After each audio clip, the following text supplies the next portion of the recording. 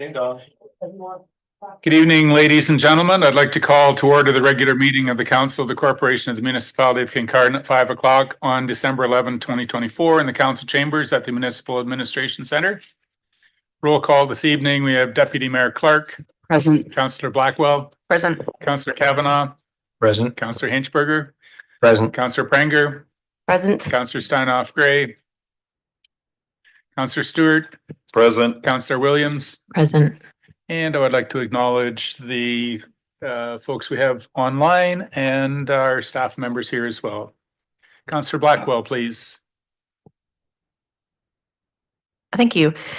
As representatives of the municipality, we have been entrusted to act as stewards for the community in which we live and work. We recognize the importance of learning the full history of this land, our place within its long story, and our responsibility as treaty peoples. I would like to acknowledge that we are meeting on traditional lands and treaty territory of the Saugeen Ojibwe Nation, which includes the Chippewas of Nawash unceded First Nations and the Chippewas of Saugeen First Nation. We deeply appreciate the contributions that Indigenous people have made and continue to make, both in caring for this land and strengthening our communities and respective nations.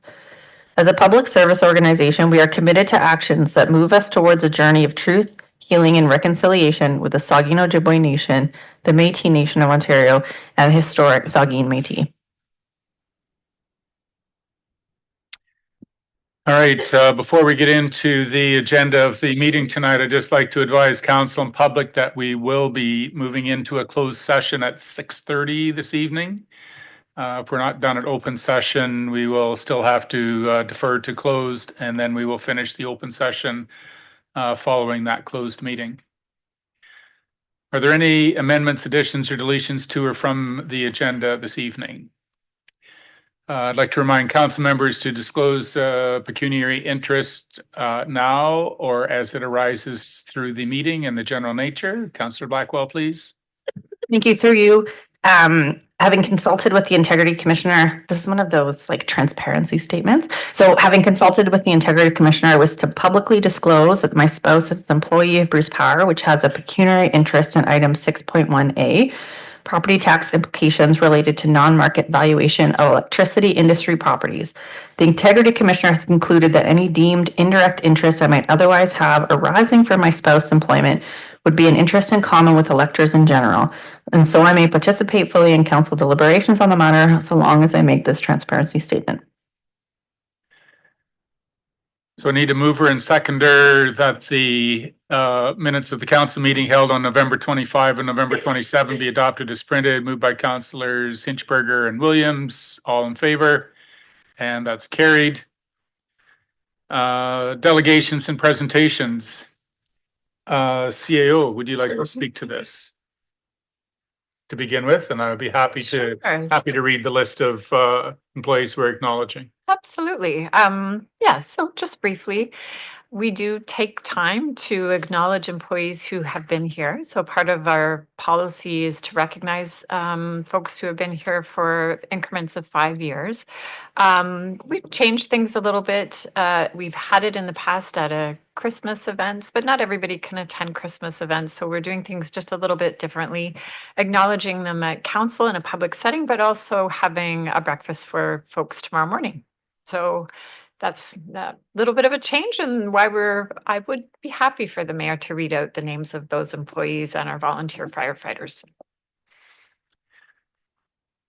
So employees that have been on the municipal staff for 5 years being congratulated for 5 years of service are Jed Blake, Jessica Cato, Leanne Gowing, and Paul Cairns. 10-year certificates go to Crystal Murphy, Fran Van Rooyen, Alan Hill, and Josh Campbell. And 25-year certificates go to Anna Cascone and Chris Hartwick. Within the Fire and Emergency Services Department, we have a number as well. 5-year certificates go to Travis Curran, Bill Dudgeon, Sean Jackson, and Taylor Wilkie. 10-year certificates to Kyle Jenkins, Matt McKenzie, and Shane Watson. 15-year certificates to Mike Drake and Craig Palmetier. And 20-year certificates to Paula Turner and Keith Virtue. And on behalf of council, I would like to congratulate these people too. employees continue to be the valued resource in our municipality, and we will continue to acknowledge the good service and work that we receive from them. Okay, online tonight we have Christine McDonald and Aaron Stock, who will be presenting on the Bruce County Investment Services Report. Ms. McDonald and Aaron. Oh yeah, Aaron. Hello there. Glad you're here tonight, and offer you the microphone. Thank you, Mayor Craig. Through you, hello to all of council and staff and those that are watching or present in the room with you. We're pleased to be here tonight to talk with you about the investment in local services work that we have undertaken. And I'll just start with a brief introduction and then turn things over to Aaron to talk about the work that did take place. It is an important pillar coming out of our strategic plan for Bruce County for 23 to 2026 to work on our community partnerships and collaborate on innovative service delivery with our municipal partners. And so we do want to ensure that we're understanding and reviewing what practices we have in place so that we can continue to develop and implement policies and initiatives that promote the public and partner engagement, as well as the delivery of services across the county.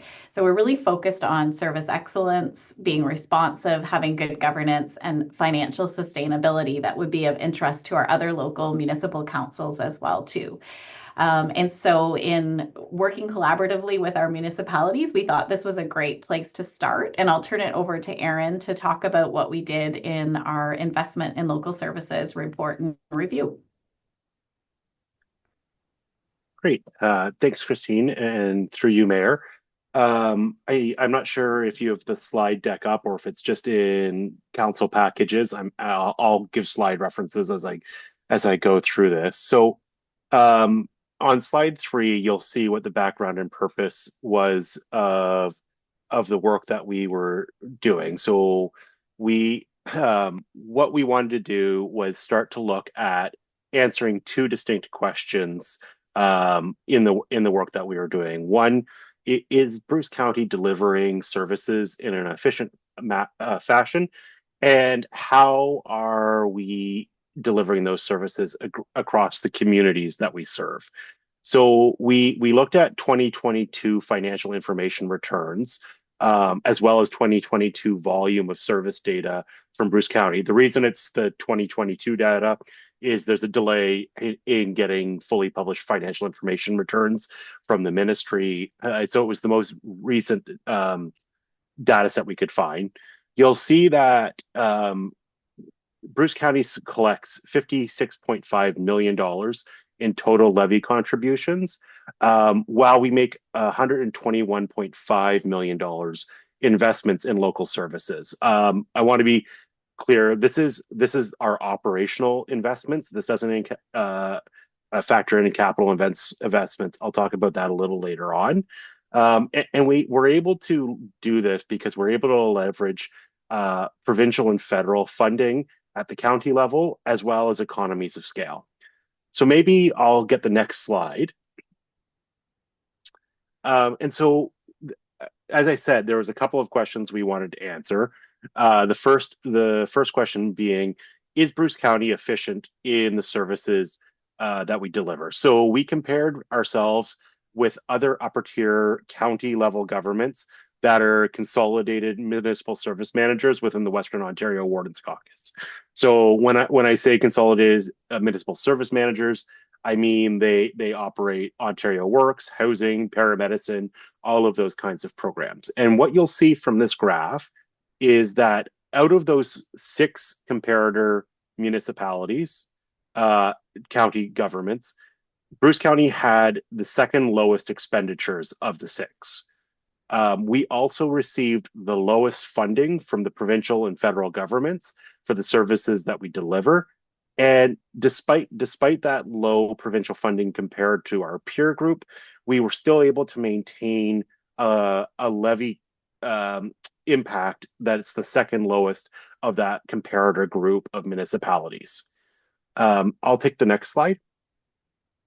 maybe I'll just make one more comment on that, was just to say we think that really shows how carefully we manage the municipality and make sure that we're providing high value and efficiency for what we're delivering.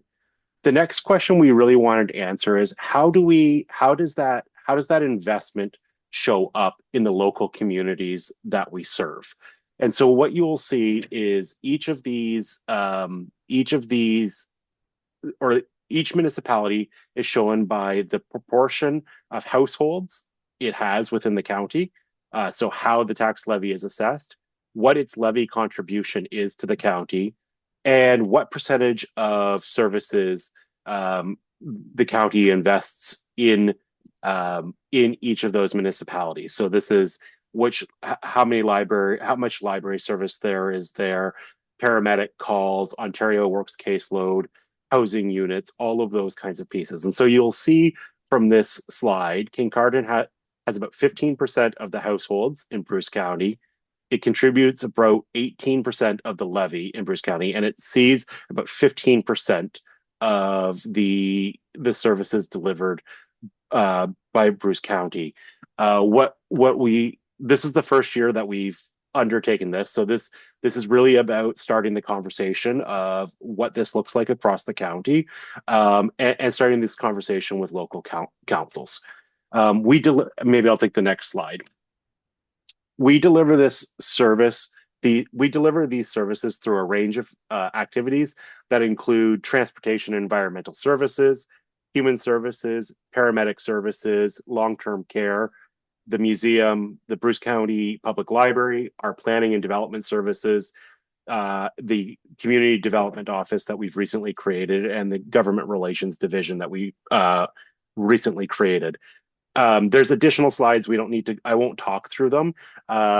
There's additional slides that outline some of the details of each of those services, but I'll stop there, and Christina and I are both happy to take any of the questions you may have regarding this. Aaron, Christine, thank you so much for the presentation. Are there any questions from council members regarding invest in community services? Councillor Hinchberger, please. Thank you, through you, Mayor. If we go back to the slide that was showed levy contributions, you know, the one I'm referring to in there, the differences here. I wonder, did that take into account the population differences between the counties involved? And is that a possible explanation for why the County of Bruce would be down at the lower end of all three of those measures? It used household counts for as the kind of the population level indicator there, because those household counts are reported in the FIRs, and also are how tax levy is assessed in terms of the assessed value of households. Councillor Stewart, please. Thank you. That was partly my question too, because, you know, geographically, we have to be one of the larger counties, and the infrastructure of roads and bridges and everything else are probably high. I'm a little disappointed hearing that they do households versus another factor, and I'd be promoting saying, come on, guys, you're going to have to do geographical area too, in the infrastructure in that area, especially when you're looking at provincial and federal funding. Thank you.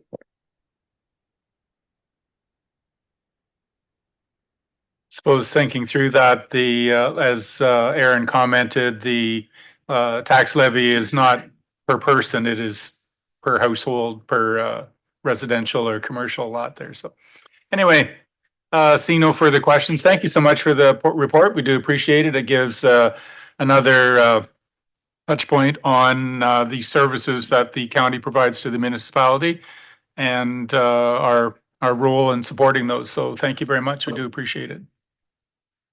Thanks for having us. Thank you. Okay, moving on to 6.1A, property taxation implications related to non-market valuation.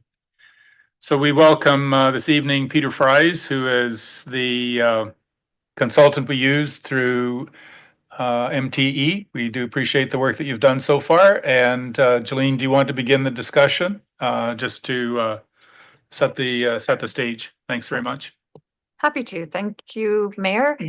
To council, there was a desire to take a look at the regulations and the context in which the municipality receives property tax payments from the Bruce Nuclear Generating Site to make sure we understood, because we were seeing a few things shifting, and it is rather complicated. So we engaged a consultant to help with a study. So they've looked historical, or they've looked at our history and done a historical review of the property tax and the assessment situation that we have here. And the study helped to demonstrate what we found to be actually a pretty significant shift in the tax burden from that particular property over onto other property classes within the municipality. So understanding that was a really important step for us, so that we could get a better handle on it and think about what we might want to do next. So Mr. Fries is here today, and he's going to go through the results of that study and share that and be available to answer any questions that council might have. Mr. Fries, thank you for being here tonight. Podium's yours. Thank you, Mayor, and through you to council. Appreciate your time. I'm going to share my screen. Make sure I click the right button and not exit.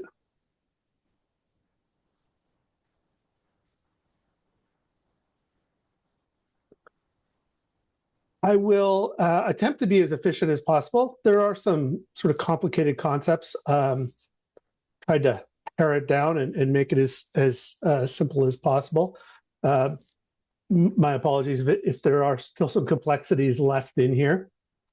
So, as the CAO said, Kincardines hosted Bruce Nuclear Generating Plants, which represent really significant infrastructure, not just in Ontario, but certainly on a national scale. And these plants and the broader industry do have a significant impact on the local economy, including the municipality and its property tax base. And as mentioned in the introduction, we were engaged to examine the historic patterns and trends around this.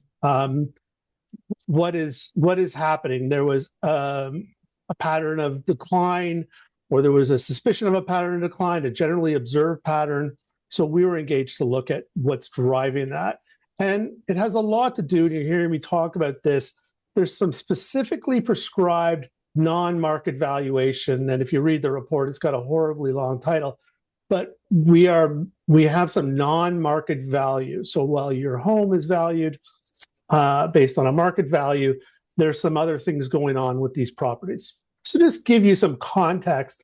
When we talk about Bruce Power within this presentation and the study, we're looking specifically identifying 5 roll numbers, a group of properties, Bruce A, Bruce B, which they're commonly known, and then there's a Bruce Common, which is some services and commercial aspects that serve both those facilities, and then there's some ancillary properties. We identified actually 6 roll numbers. These are specifically identified in a special regulation, so that's why we've combined these. There are other hydro industry properties, but when we look here, this is 2024. It shows you the assessment, the current value assessment assigned to these properties. It totals just under $200 million in terms of the county levy, about $1.4 million. Through Kincardines' own rates, so your local levy that you set as a local councillor, about just under 2.5, and then there's an additional amount that we'll talk about tonight that is raised using provincial education rates, but is actually local revenue for these properties and properties like it. It is part of your entitlement So there is an education or amount raised using education rates, but it's actually local revenue. So, for the total, municipally levied portion, there's about $6 million. In addition, there is an additional levy on these properties, almost $8 million. That is, we won't go into the complexities of it, but it is derived from the assessment. And it's an alternate assessment or a shadow assessment that exists in the background under provincial regulation. And based on that shadow assessment, the people paying the taxes or the PILs for that property are actually paying an additional amount that exceeds the amount that is coming to the municipalities. That goes to the financial corporation or the stranded debt of Ontario Hydro. So there's everything to the left of that divider line here that is raised by the municipalities. This is non-municipal payments that are somewhat attached to the assessment of the property, but not the assessment you tax on. So we talked about a broad trend of relative decline. This graph shows the share. So this is own purpose and local retained education. This is the share of your local concordance municipal revenue derived from all property, the percentage raised from Bruce Power rolls. And it's declined from 2008 year end to almost 50% to down into the 18% range. So over 55%, their share of municipal revenue has dropped. Now, this is not only attributable to the unique assessment protocols and regulations that apply to the property, but that is a significant part of it, which is what we were looking at or looking for and have confirmed that it is this special assessment. So when we talk about prescribed assessment treatment, your levy is distributed based on the amount you choose to raise in your council chambers and the amount of assessment, total assessment, that is available to you on the assessment roll is returned by MPAC every year.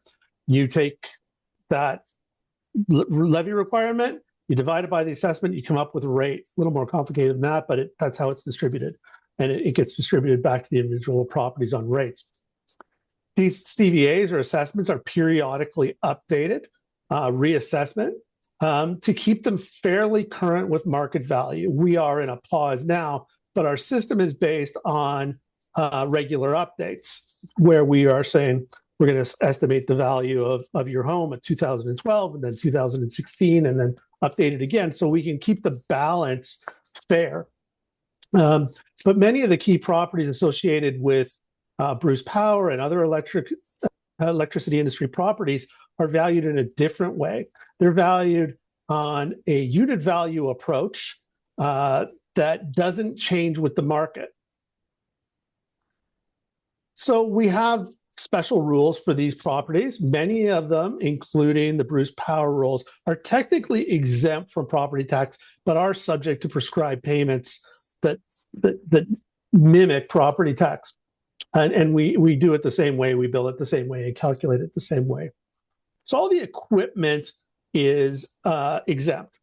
That's normal though. So if you owned an automotive plant, your plant, the building, the foundation would all be accessible and taxable, but the assembly line would not. So it's especially identified for these properties, but it's not unique within the system. What is unique is that the buildings that house that equipment are not assessed based on what one might pay for it on the open market or what it might cost to build it, but on a pure unit value of assessment, 86.11 per square meter.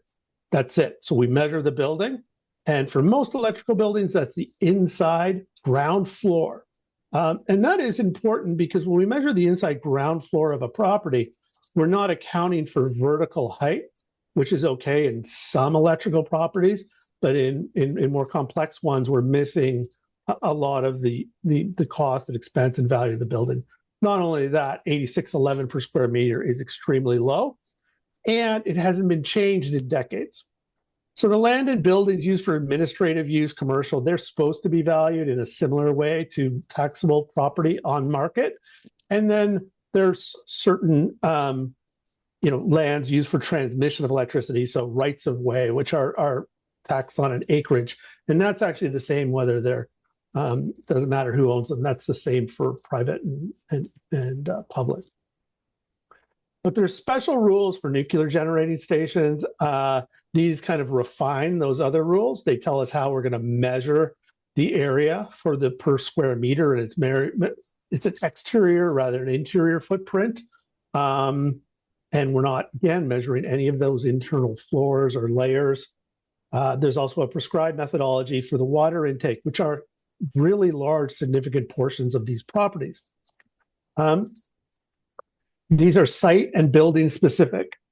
I wanted to mention this because the regulations do not contemplate future nuclear sites. So what I'm talking about tonight applies to existing nuclear generating stations, mainly Pickering, Darlington, and Bruce. It doesn't apply to anything that's added.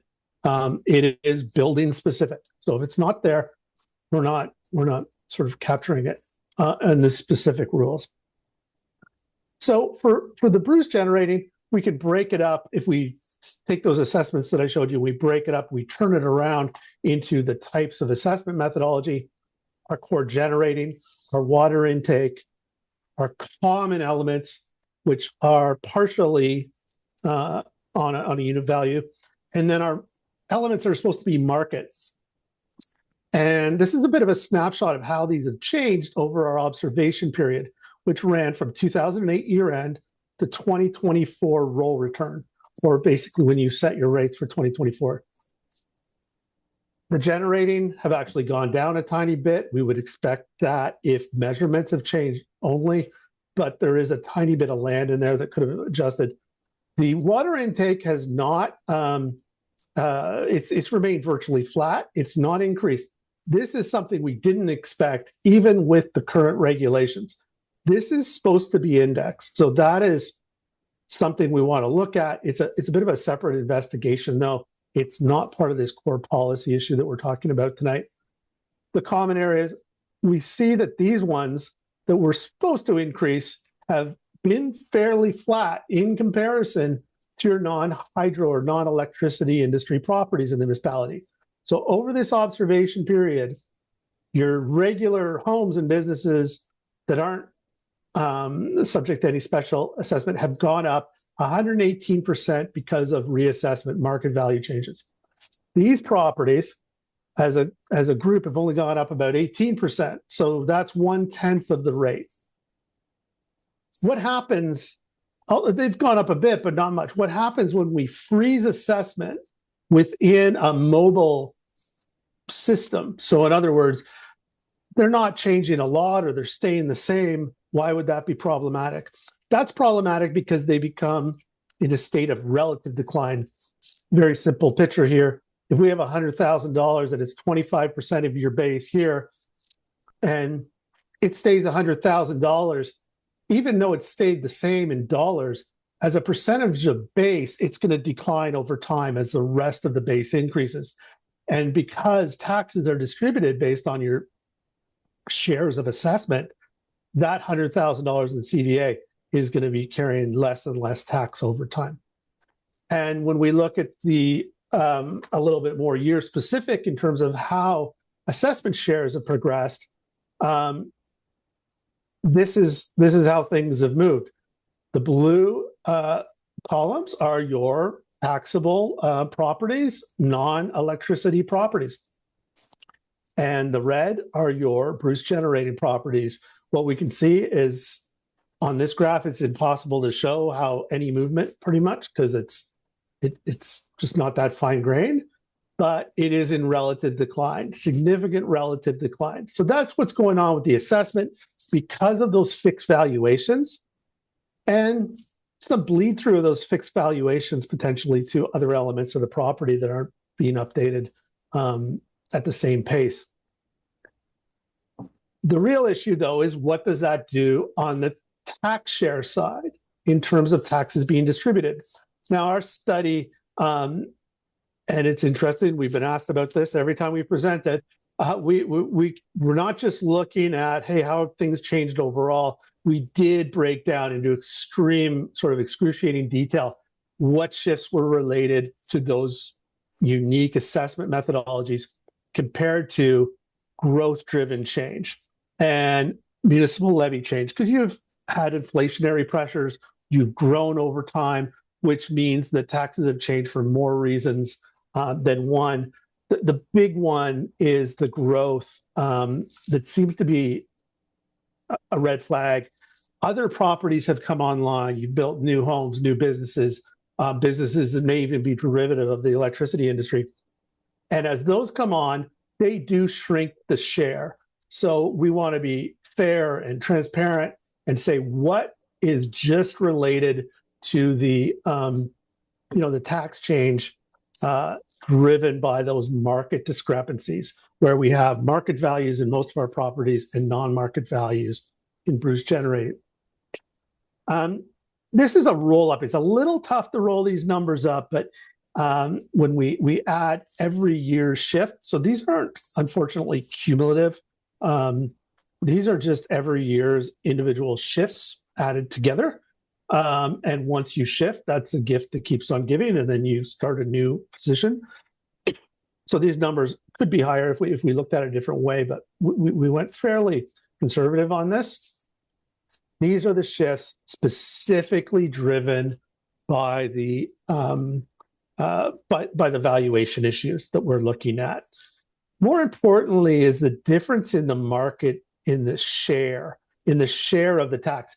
Because when we look here at municipal levy change, taxes are increasing. We have inflationary pressures. They're always going up. So we can't just say taxes have changed or not changed because there's that inflationary pressure. Share is a really good way of looking at whether things are staying the same or changing. Far better than absolute dollars. And when we look at the share of municipal levy, just your own municipal levy, using your concordant rates that you set in council chambers from 2009, and this is really 2008 year end, we've gone from 18.5% down to 11.6. So it is decreased incredibly over time. This is a bit of a tough graph, a little dense, but you can see that the main drivers here consistently are those market shifts. That is what's made the huge declines. And that is actually why it's leveled off a bit in these last couple of years, in that we have we have no reassessment. So we're not seeing those sort of dichotomy in market shifts. We also have retained education. This is a bit of a background, but retained education is an important part of your entitlement. I talked about it earlier. It is raised from your assessment on the plant and the provincial education rates regulated province-wide, but it is local revenue. It has declined more dramatically than the locally driven rates or locally rate-driven revenue, because those provincial rates have come down and no levy change has been put in. So every year your rates come down in a reassessment, but you put them back up a bit to take care of levy change. So the big picture, what's happened is you've ended up with almost constant revenue in a dollar perspective from these properties. But that's only because they've picked up some of your levy increase. They've shared in a portion of your annual inflationary change. So we've actually shifted from more of that pool of revenue that was coming from the retained education. As it's declined, that loss has eaten up your municipal levy change, plus the factor of the valuation decreases or relative valuation decline. You've come down for these shares, again, up near 50% of your locally levied revenue down to around 20%. Significant attrition in terms of the contribution. This is there's been overall decrease. There is kind of no two ways around that. I think everybody we've presented these results to understands them. The big issue is now going forward, we're not going back and saying, hey, somebody owes you this money or it should have been billed at that. But the forward-looking issues are quite concerning. We know what happens and we know what the result of this special regulated fixed assessment is. It strips the share of revenue being carried by Bruce Power. It declines over time. It's going to decline. It declined on every reassessment. It's going to decline in the future. Market change across your broader base was approximately 80%. If we did one giant reassessment update and went from 2008 to 2020, which was the end of the last cycle, 3 updates was about 80%. Right now, based on market analysis that was done in the spring, I believe these sales, 23, 24, market data captured up to about March of 2024. The next reassessment is going to probably be double in magnitude than the last 3 combined. It will be, 10 times the last reassessment on its own. The last reassessment on its own saw about a 10% change. This is our market gap. So if we were to theoretically reassess today and these numbers held true, we would be looking at a general reassessment where properties were going up, let's say 150%, but even conservatively, because these are mainly residential sales, which are going to be a little higher, let's say 100%. At 100% reassessment change, just rough models suggest that 50%, another 50% decline from where you're at now in terms of Bruce Power's share of the local revenue. That would all be shifted onto other taxpayers. So the status quo is problematic for Kincardine and any municipality with significant electricity industry assessment that is subject to these regulated provisions. Sort of some of the big key takeaways from this is that there has been a persistent decline in tax share. And this is driven mainly by those non-market valuation models. We have some growth-driven shifts in terms of, more houses that are taking up a bigger share as they get built. But really, it is those non-market valuation models. When we look at this data, if you read the study, you will notice that there's levy increases. Those are municipal inflationary changes. Those are your spending pressures. Those are carried equally by everybody. They do not offset the shifts.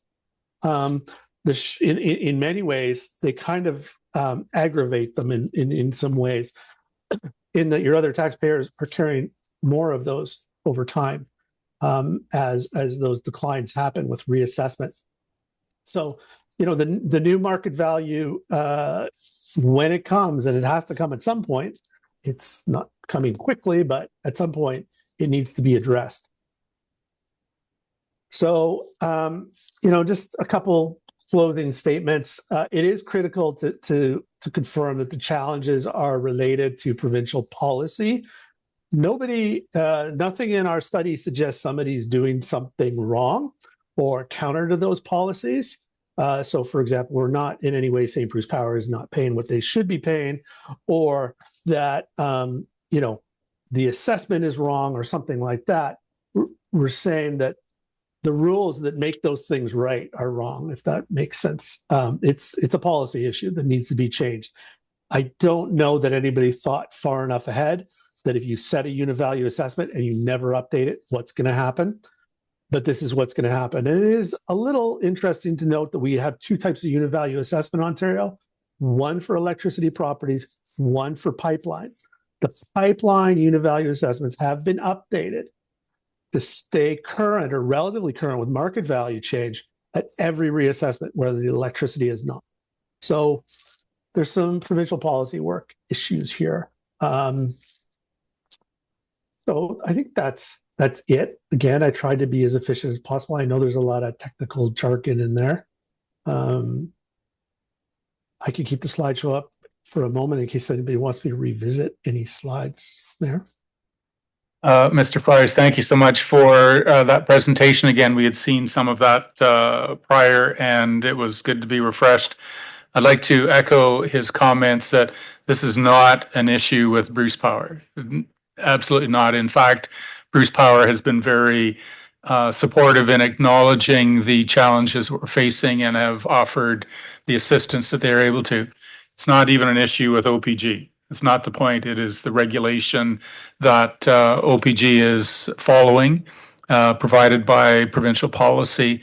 And I'd like to offer a chance for our CAO to indicate some of the strategies that staff have undertaken, the advocacy work, the team that they're putting together to present this issue to the federal or to the provincial government. Thank you, Mayor.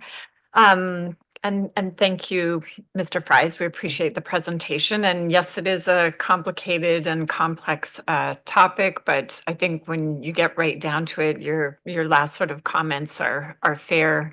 It's a provincial policy issue, and it is related to having a static value where everything else is changing and usually increasing, that then shifts the burden on to those other properties. So that's where we're seeing the challenge, and that's where we can foresee a pretty significant challenge with a new reassessment.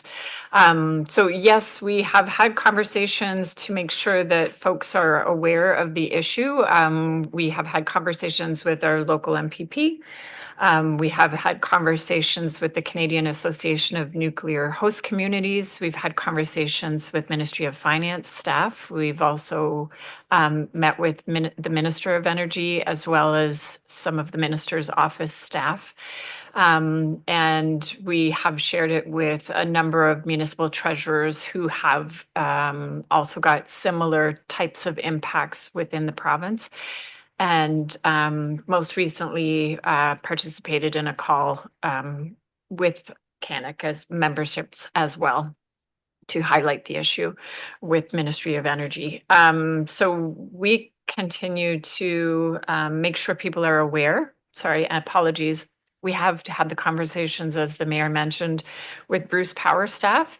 And as he noted, they are supportive of assisting us where they can and advocating for some provincial change, as well as OPG, who understood the issue and really note that they are following what is within the framework. So it is a provincial policy issue.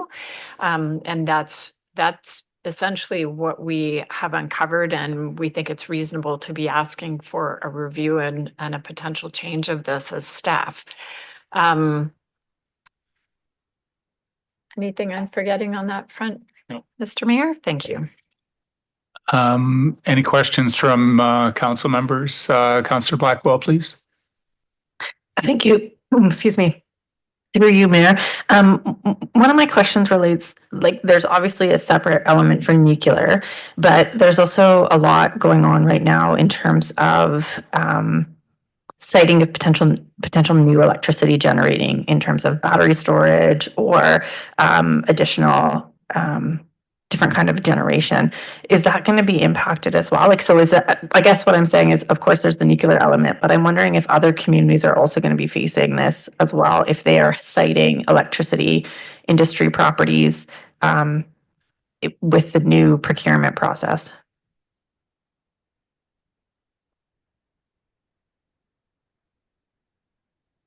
Is that, Mayor, is that question for me?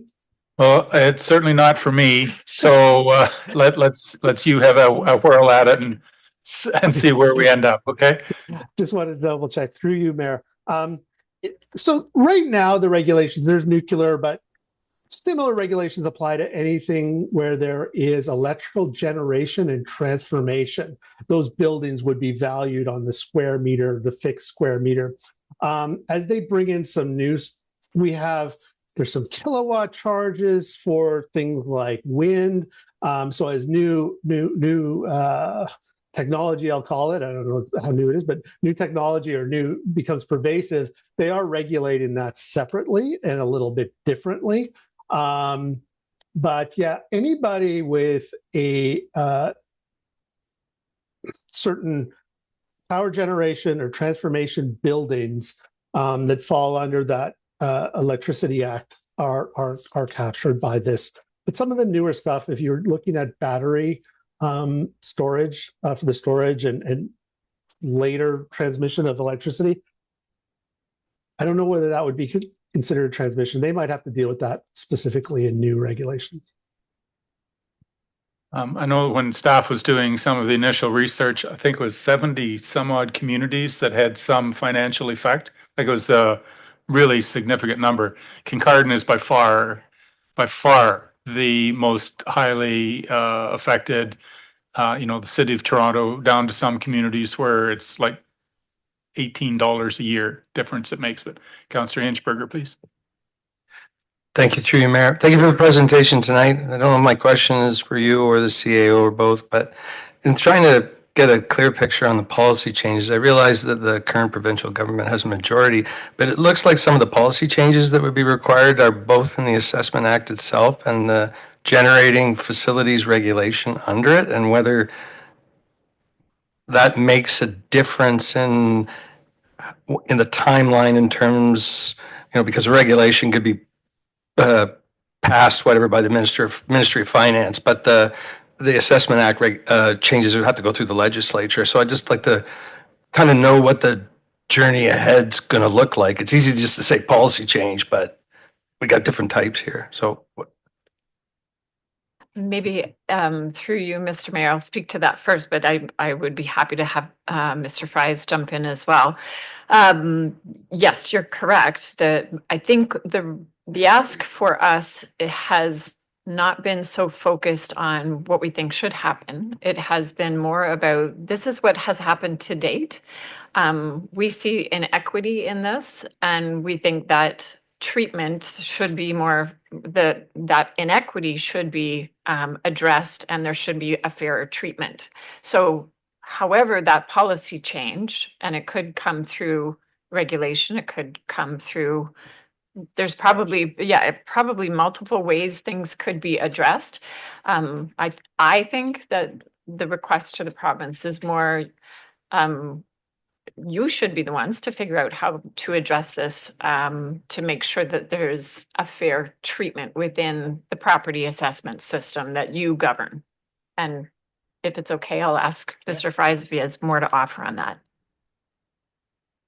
Through you, Mayor, there would be some regulatory changes, but there would also be some legislative changes actually in the Electricity Act, where some of this is prescribed and the treatment of these is adjusted.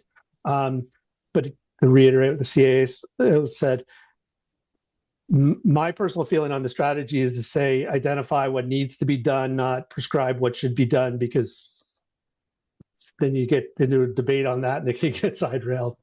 As an initial step. Thank you for that. I personally don't really care how it gets fixed.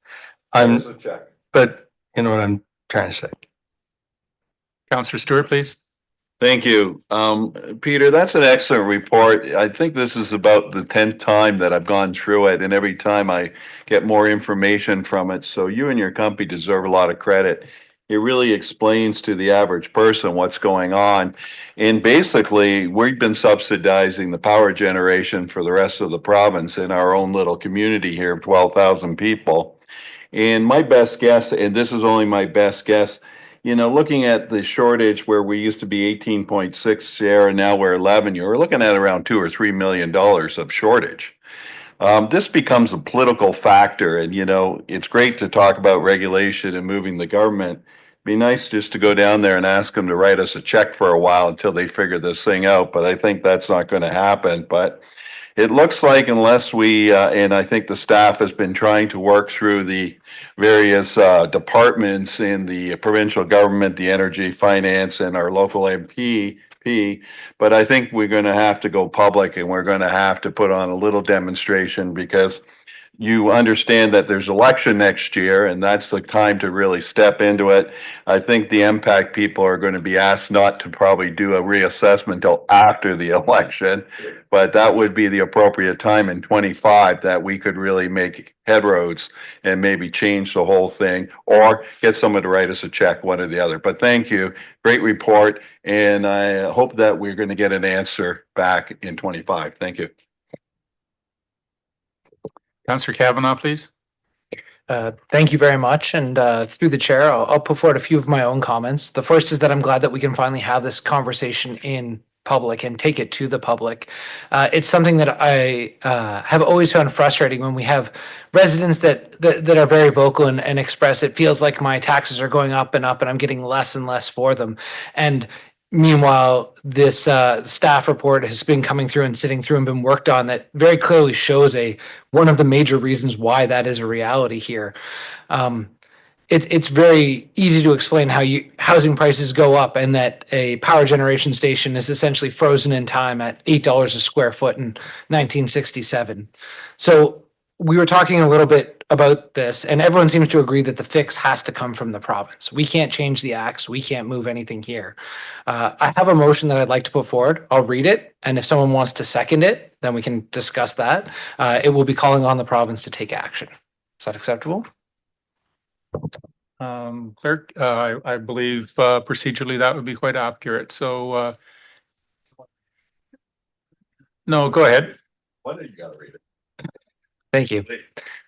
Whereas the municipality of Kincardine is a proud host community of the Bruce Nuclear Generating Site, where the Bruce Power generates 30% of Ontario's electricity needs, and whereas 2 decades ago the province of Ontario adopted a property tax assessment model that continues to apply to Ontario's nuclear generation facilities, and whereas the province assessment model includes non-market property valuation for electrical generating properties, and whereas the municipality of Kincardine undertook a study in 2024 which has shown the provincial assessment model is compromising fairness and shifting the tax burden away from electrical industry properties and onto the broader property tax base and within the host community, and whereas the study demonstrated that this is primarily attributable to assessed value of the subject properties being held almost static over several reassessment cycles, resulting from provincially prescribed rules for electricity generating, transmissions, and distribution properties, and where the provincial model results in disparity between the continuously updated market values assigned to the majority of properties and static, non-market-based formula applied to electricity industry properties means that the tax burden shifts onto non-industry taxpayers. Now, therefore be it resolved that the municipality staff be directed to send communication to the Minister of Energy and Electrification, the Minister of Finance, and the local MPP to request the province undertake an immediate review and update the property tax assessment model for Ontario's nuclear generation facilities and other properties within the electricity industry, and copy the Association of Municipalities of Ontario and all other municipalities. So we have a motion presented by Councillor Kavanaugh. Is there anyone who would offer to second that motion? Councillor Blackwell? Councillor Blackwell? Okay, as the mover, would you, in the discussion, would you like to comment on that, or your position is pretty well stated at this point? Okay. Councillor Blackwell, please. Thank you. Through you, one of the things I noticed as well is that this doesn't just impact us specifically in this area, it also impacts the county, which impacts then all of the other lower tiers because they are also having to shoulder in their communities more of the burden that should be going to the county. I'm wondering whether we want to include that within the motion at all. I know that it might be too much, but it might be something that we want to engage. Perhaps maybe it's not in the motion because it's already quite lengthy, but that, I heard a lot of engagement with CANEC and with our MPP. I expect that there's been some conversations with the county, but I think that would be something that, again, some of our other lower tiers and the county as well may also be engaged in this work to understand that they're getting impacted. Obviously not to the extent that we are, but the county as a whole will be negatively impacted by this. Yeah, so I think that was included in the circulated to all Ontario municipalities. So yeah, that would include the ones in Bruce County too. Or follow up, Councillor. Yes, thank you. Through you. I'm just wondering about a little bit more specific advocacy directly to those, including perhaps some of the elements of the presentation, because they might see it and think that because it's referenced so specifically to host community impact as opposed to county-wide impact that also impacts them. Councillor Stewart. Thank you. I would like to propose a little bit of an addition as a friendly amendment. I know you have all the lists of the big ones, but can we actually send it to Premier Doug Ford too? Would you accept that as, okay, thank you.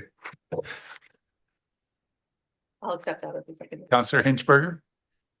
Sorry, I was just going to inject a little levity here. Your motion writing is taking a leap, and I'm completely impressed at your ability to come up with something like that with wording entirely by yourself.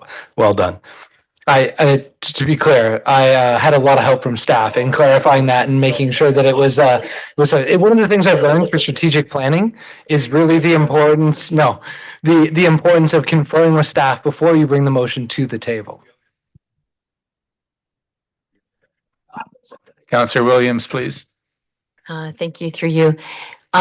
I'm not sure if this would be an amendment, but or perhaps a consideration, whether it's for now or at a later time, but there was reference that about 70 communities are affected. And as much as it'd be great for one letter to come from Kincardine, it would be even better if 70 letters came from 70 different municipalities about the need to review and reassess this. CAO, please. Through the mayor, when municipalities send out resolutions to all other Ontario municipalities, it's generally a request that if this is something that they similarly want to have addressed by whomever they're resolving, address a matter, if that council deems that appropriate, they'll pass a motion to support that resolution, and then they generally send it back to the municipality that initiated it, and then that municipality can demonstrate, we have a list of this many municipalities that have supported our request. So when I mentioned that we had a meeting and Mr. Fries was part of that in providing information to a number of treasurers in Ontario municipalities that we could see were probably more affected than others. Like as the mayor said, there's, from what we can tell, many municipalities, but there are some that it's a very, very small amount that they'd be impacted by the static valuation, et cetera. But for those that participated, what we shared through the study was that if and when this comes forward to our council and our council puts forward a resolution requesting there be a provincial review, what we would be hoping for is that they have enough information to then advise their council on what the issue is, and that they are then able to inform them and recommend whether or not their council also support that. So to confirm through you, so the resolution would follow that process by copying all the municipalities. Councillor Stewart. Yeah, just to give some more insight, nuclear generation is treated a little different than hydroelectric generation, solar generation. So it's not right across the board. Some of them are treated a little different for tax reasons. Some hydroelectrics actually get cost of living. So it's hard to compare apples to apples all the time, but right, they all probably need to be reviewed, but probably the three municipalities that are really impacted by this, Darlington, Pickering, and ourselves would be all on one common ground for sure. Okay, we have a motion presented. I'm not going to read it again. All in favor of the motion? Well done. Is there anyone opposed? That's carried. Mr. Fries, thank you so much for supporting this debate conversation. Do appreciate it. And you can expect that our staff will be in contact with you again about this. You do good work. Thank you. Thank you, Mayor and Council. Very much appreciated. Have a nice evening. Okay, so we move on to staff reports, Environmental Services Compliance Report, October 2024. And we also have Environmental Services Compliance Report, November 2024. We have our manager, Mark O'Leary, here tonight. This question was raised by Councillor Steinhoff Gray, who is not here tonight, but I'm going to question whether you are aware of the question and can you respond to Councillor Steinhoff Gray's query? Through you, Mayor Craig, I'm not aware of the question, but if somebody has it, I'll gladly try to answer it.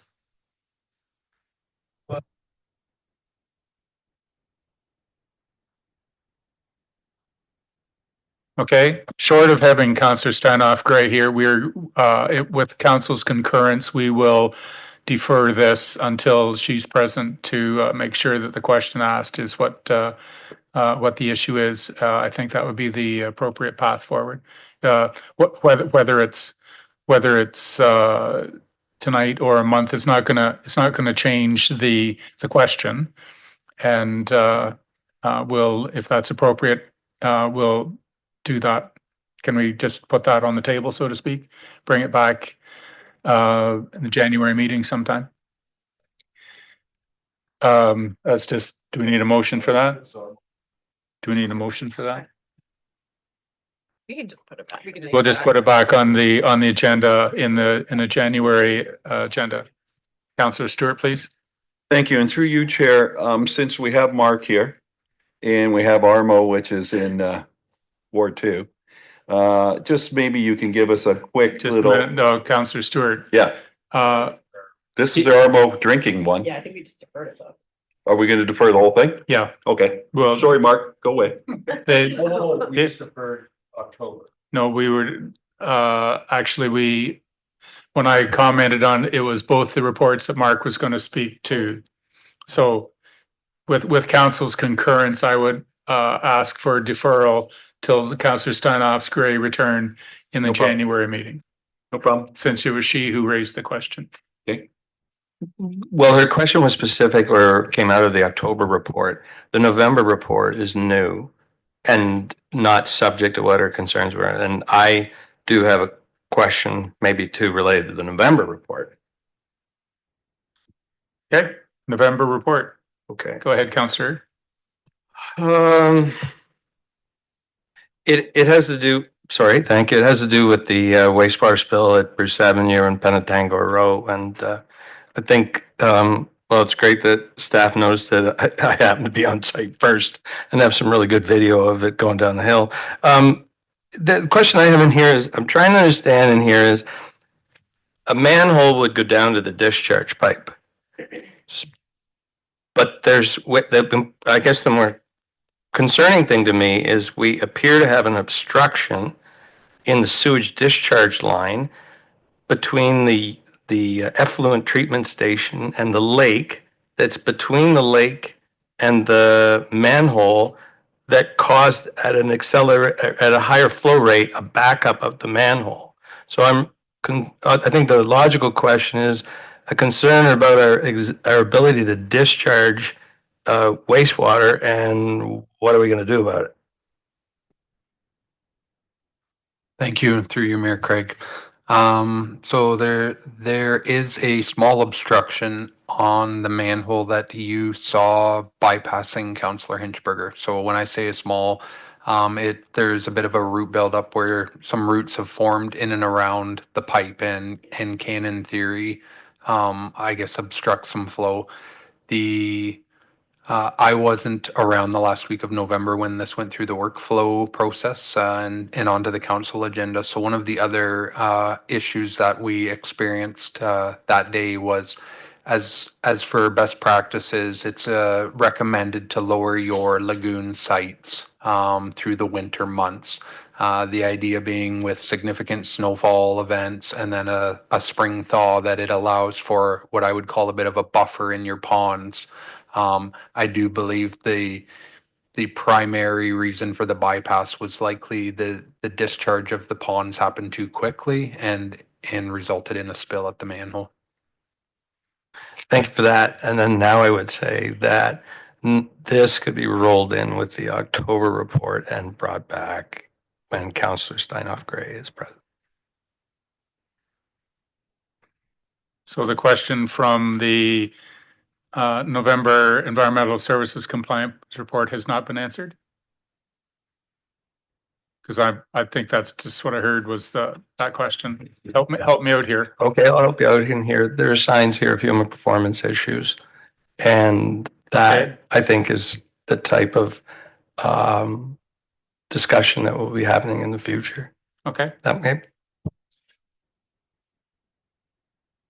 We're bringing these two reports back for a January meeting. All right, next we have the proposed mapping for Bruce County official plan through our development services. And our director, I believe, is online. There he is, Mr. Weiser. So we have a motion here, resolution that council endorse the recommended proposed changes to the county official plan through the proposed mapping updates as contained within Report Development Services 2024-29, and that staff be directed to share the local council endorsement with Bruce County for its consideration. Mover and seconder, please. Councillor Kavanaugh and Councillor Hinchberger.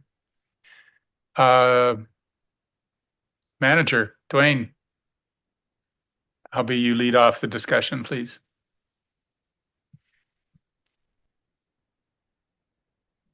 Well, I'm just giving him a break. I know he's not feeling well, so he's just, and we can't hear you anyways. You're muted or something, so.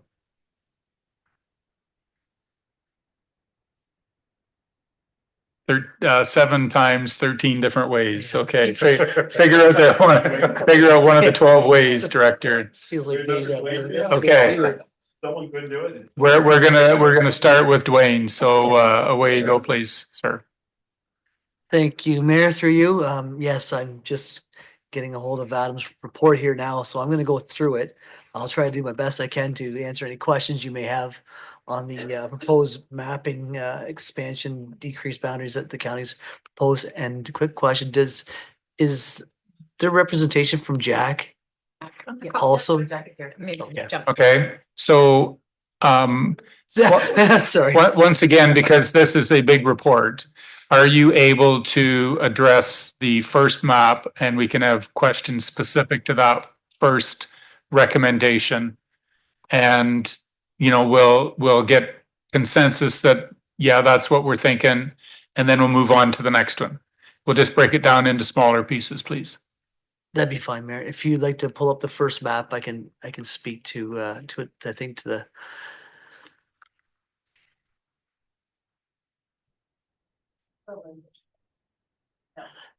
That's the campground. That's the flagship campground. It should be. That might be the zoning, comprehensive zoning map. Sorry, you want the. Yeah, this will be the recommendations regarding boundary expansions to each one of the particular decreases in each of the areas. Through you, Mayor Craig, it's Adam here. Can you hear me now? That's good volume, Adam. Okay. I've logged in through my phone. I'm having issues with my laptop. So Dwayne, if you want, I can jump in here and take over, or you can keep rolling. Yeah, thanks, Adam. If you have that in front of you, I appreciate it. I'm good to go. Yeah. Okay. All right. Thanks, Dwayne. So through you, Mayor Craig, the report that was prepared for council here this evening, essentially, well, I'll back up a second. There's a couple documents that are appended to the report. One is a staff report that was prepared by Jack Van Dorp from the county. Jack is online here this evening if there are questions that council has that would be directed to towards him. Or that he could assist in responding to as well. The other document that is appended to the body of the report is the associated mapping that does correspond with the county official plan and the changes they're looking to consider. So what Jack has done and prepared within that 12-page document is a summary of the proposed mapping considerations and changes for the municipality of Kincardine, and also has associated commentary with each of those, and with that commentary, recommendations on what what both county and municipal staff are suggesting. And so Just walking through that, there's a handful of sites associated with the area of Tiverton as one of them. So it's identified as number 3, and there's a few locations within Tiverton that are being considered, whether it be reduction or change of location. There's an area within the urban setting of the town of Kincardine that is being recommended for consideration for a reduction from the settlement area. And then there's a couple others, one that relates to lands up near the BEC Energy Park lands, and then another that would hover around the airport site. So those 2 sites, one is being suggested no change, and that's just related to existing zoning and permitted uses. And then the other around the airport is just at this time suggested that we implement no change, and that's because it's beyond the forecasted land need. And when we look at the land need, that's the municipality as a whole, but then also as we look at how the town of Kincardine is growing to the north, it's leapfrogging a significant amount of lands that kind of hover around the current boundary. And then similar to that, there's another section of land just on the northern kind of limits of the town of Kincardine from a urban boundary and growth perspective that would be just around the North Line extension that isn't necessarily suggested or needed at this time. And then with the last one being at the intersection of Highway 9 and 21. And so with that specific area, just suggestion that it's not necessarily needed at this time. One of the things that I can share through discussion with the county, and Jack would certainly be more well positioned to speak to it, but there have been changes at the provincial level in terms of how the provincial planning statement and changes to official plans are conducted. At one time, it was more stringent in terms of making the one-off changes, and there is a more simplistic approach to that now. So that's a real quick overview, and I'll maybe turn it back to you, Mayor Craig, and then if there's any questions of council, either myself or more than likely Jack will jump in to take those. All right. So once again, if we go back to the first recommendation, it is the boundary expansion adjustments, the increase and decrease in Tiverton. And do any council members have any questions or thoughts about this is the right sort of OP consideration we should have for Tiverton? Councillor Stewart, please. Thank you. I know this site quite intimately, the Pine Tree Campground. I am a big supporter of this. This is a great opportunity. Jack, thank you very much for including this. We need to include this in Tiverton. They've gone ahead and put water and sewer, so it's a fully serviceable property now. Plus, there's a huge addition to us. There's 62 sites on this particular property that we're going to probably do, and the owner will do an amendment to change it from a 3-season to 4-season. And those 62 sites will be what we classify as affordable housing. So we get a bonus here and everything else. So I highly recommend that we as a council endorse this piece of property that's called Pine Tree Campground. And I'd like to thank the planners for including that. So are we going to vote on each one of them or endorse them, or how are we going to do this, Mayor Craig? We'll likely look at each map as a whole. There's a couple of other changes that are proposed for Tiverton as well, so we'll have opportunity to discuss them, and then we'll come back for a consensus sort of thing on each map. Councillor Pranger, please. Thank you, through you, Chair. I think this question is going to be for our county planner. Jack, it's a question because I just want some clarification, and this recommended change happens to be an example of what I'm not clear on. But I'm just wondering how the decision to include environmentally protected areas in the expansion to the town boundary is made. My assumption is that the boundaries are changed using property lines, and that is just within that property. But if there's something else going on there, like, you can't develop those lands. So to me, I'd be like, why wouldn't we just exclude them from being in town and developable in theory? But if it has to go on property lines, then I understand. If you could just clarify, I'd appreciate. Yeah. Thank you. And through the mayor, the best practice is typically to use the property boundaries to delineate that.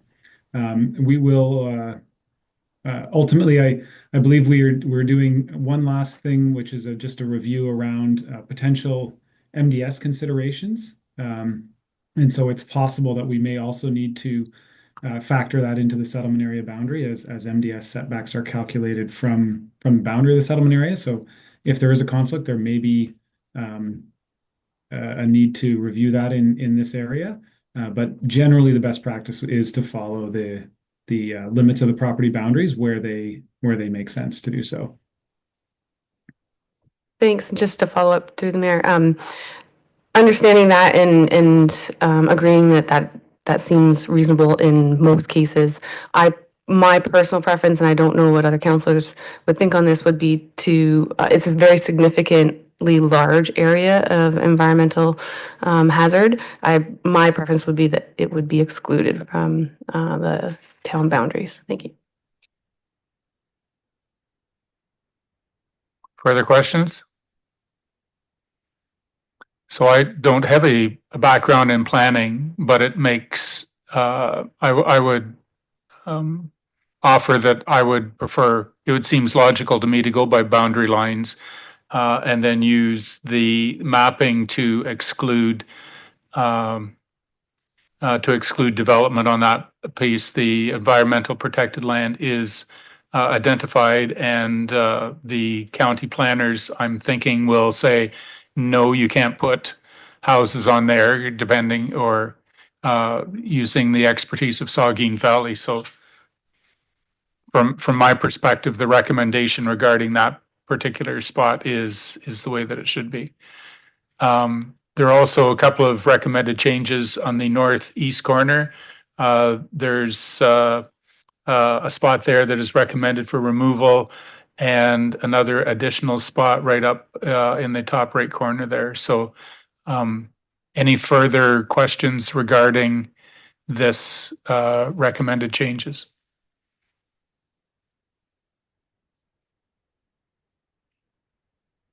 Question, Councillor? Sorry, thank you, through you, Chair. I believe the discussion and recommendations for the other changes are on a separate map, and there's details that follow on the bottom page to go along with those. So, not that, I mean, for this specific example is the exact same map, but the wording at the top has a different recommendation and it has a description of what we're looking at. So I need clarification on the big, which isn't this one, I think, in Southwest. Okay, sorry.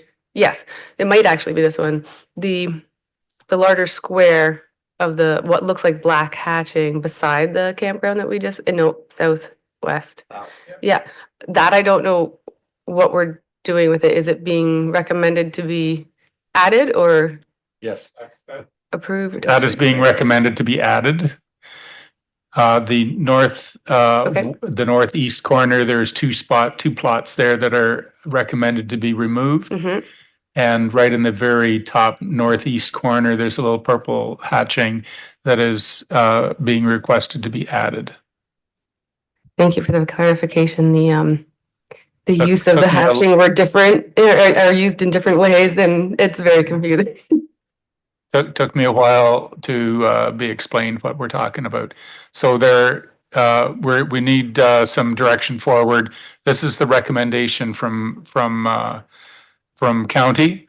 Is this the recommendation that council would endorse, or would you like to see a change? All in straw vote. The whole thing. The whole Tiverton. Pardon? You're gonna approve this again. We'll see how they go. By vote, right? This is it. This is not a motion. This is a straw vote. We're looking at whether we can endorse this recommendation piece by piece. All straw vote in favor of the recommendation for Tiverton. Okay. There we go. What's, She's just asking a procedural question about Oh, what I'm you're gonna do sorry. at the end.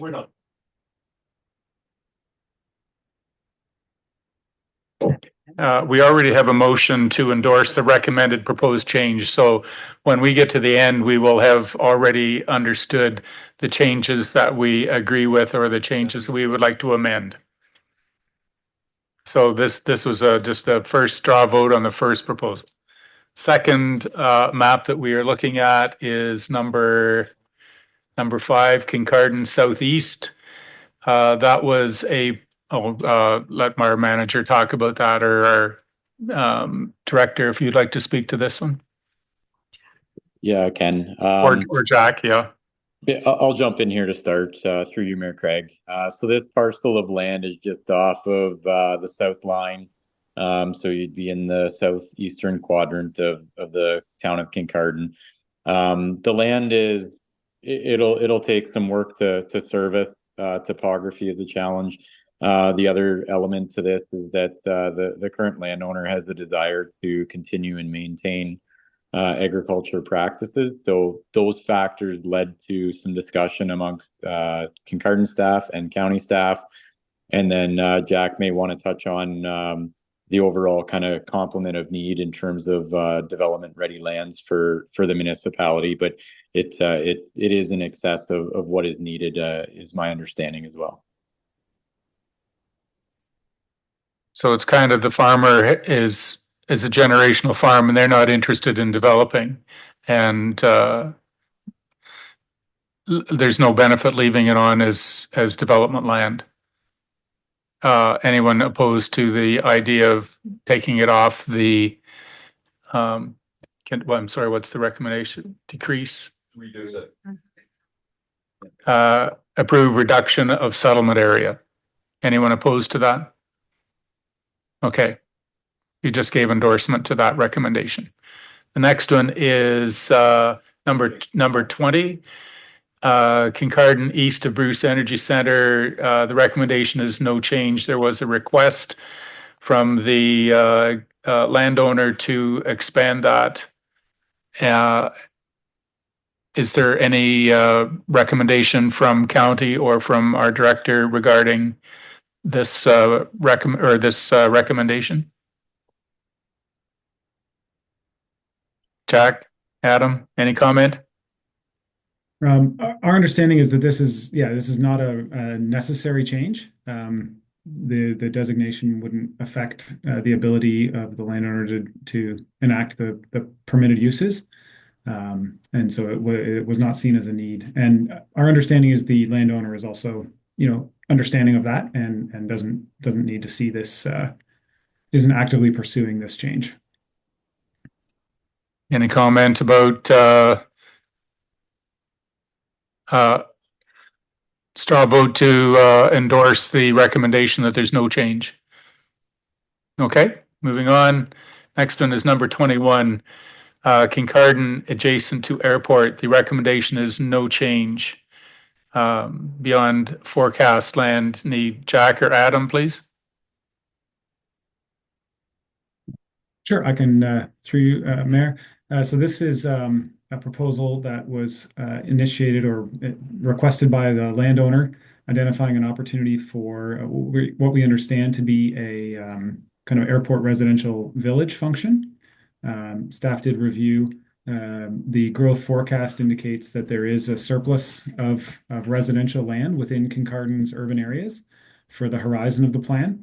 And there are also areas within Kincardine's plan that currently do not have a function assigned. So they're in the settlement area and they're designated for future development. So that it hasn't been assigned if that's residential or other. So with that, we think there is a sufficient supply of land and there is not a need to expand the settlement area in this location. And Director Weiser already previously noted this evening that it would be somewhat discontiguous from the Kincardine primary urban area. So this would be an extension to the Lakeshore secondary urban area, but a bit discontinuous and leapfrogging properties between the airport and the primary urban area. Councillor Stewart, please. I agree. It's definitely not primary, but are we going to talk about the secondary urban community? Because you're talking about this maybe attaching down the road to a second urban community, and most of us counselors got an incredible amount of emails. So I think we probably should put that on the agenda if you don't mind, Jack. But I agree with you. This one is a little bit premature. All I want to be as careful is that, when we start talking about official plans, Jack, and how long they take to do. So you and Adam don't feel this is going to be part in the next 10 to 15 years, because that's what it's really going to be before we have another review. And my fellow counselors and I will probably be doing other things, but that's how long these things take. And a lot of council never sees the official plan. And I believe, aren't we about 14 years since the last one that we did in county? That was 2010. So I just want to make sure the council understands that this wouldn't be included either in the secondary or the primary, maybe for another 14 years or 10 years. So anyways, just wanted to add that on. Can you just clarify some of the changes in the provincial policy statement about amendments to the official plan, please, Jack? Certainly. Thank you, Mayor Craig. So historically, the provincial planning statement has directed that settlement area boundaries be contemplated only in the context of a comprehensive review. That is a land needs assessment for a long period of time. And what is the supply of land? What is the demand for land? Is there a land budget that works? And all of that predicated on what's called a regional market area, in our case being the county. The new provincial planning statement has provided significantly greater flexibility, providing that boundary adjustments or expansions can be undertaken at any time, and providing a range of criteria, including some review of land supply and demand.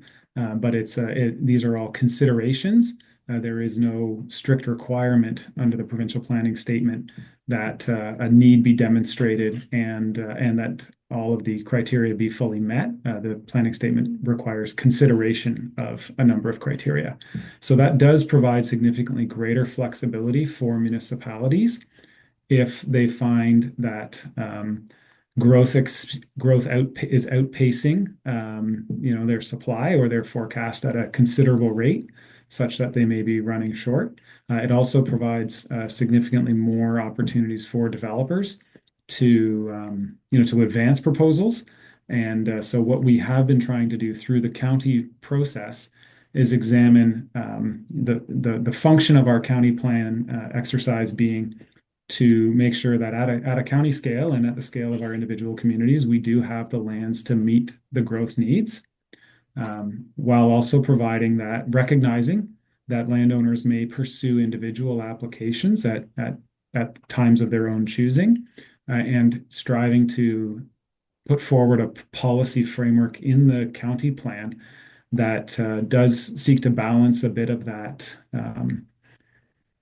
sort of opportunity that's given to those developers when they're advancing proposals, and make sure that the county and the local municipalities have an opportunity to direct that growth to where it would best fit the communities themselves. Councillor Blackwell, please. Thank you. Through you, my experience as a planner is playing SimCity and building cities, so I recognize that this is much more complex. One of the challenges for me is, there's a reference to us having adequate residential planned development land. Within the context of how planning works in Ontario, obviously it's up to developers whether they want to move forward with those projects.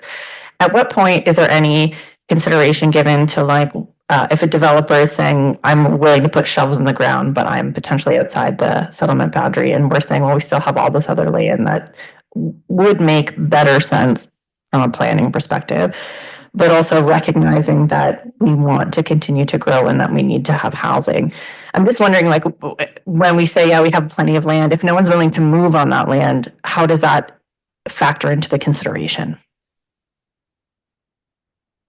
Thank you. And through the mayor, I would observe that we do have in Kincardine a fair bit of shovels currently in the ground on a range of projects. We do recognize that there are some challenging areas where where we have land supply that has not historically proceeded. The Planning Act and the additional tools offered do provide municipalities the flexibility to consider these changes to boundaries at times of need. And so I would say there is flexibility through these changes in the provincial planning statement. The staff review is that that flexibility does not need to be. We don't need to. We can use that flexibility if we need it. We don't need to advance this boundary adjustment at this time in the context of the county-wide growth forecast and the forecast as it relates to growth identified for Kincardine.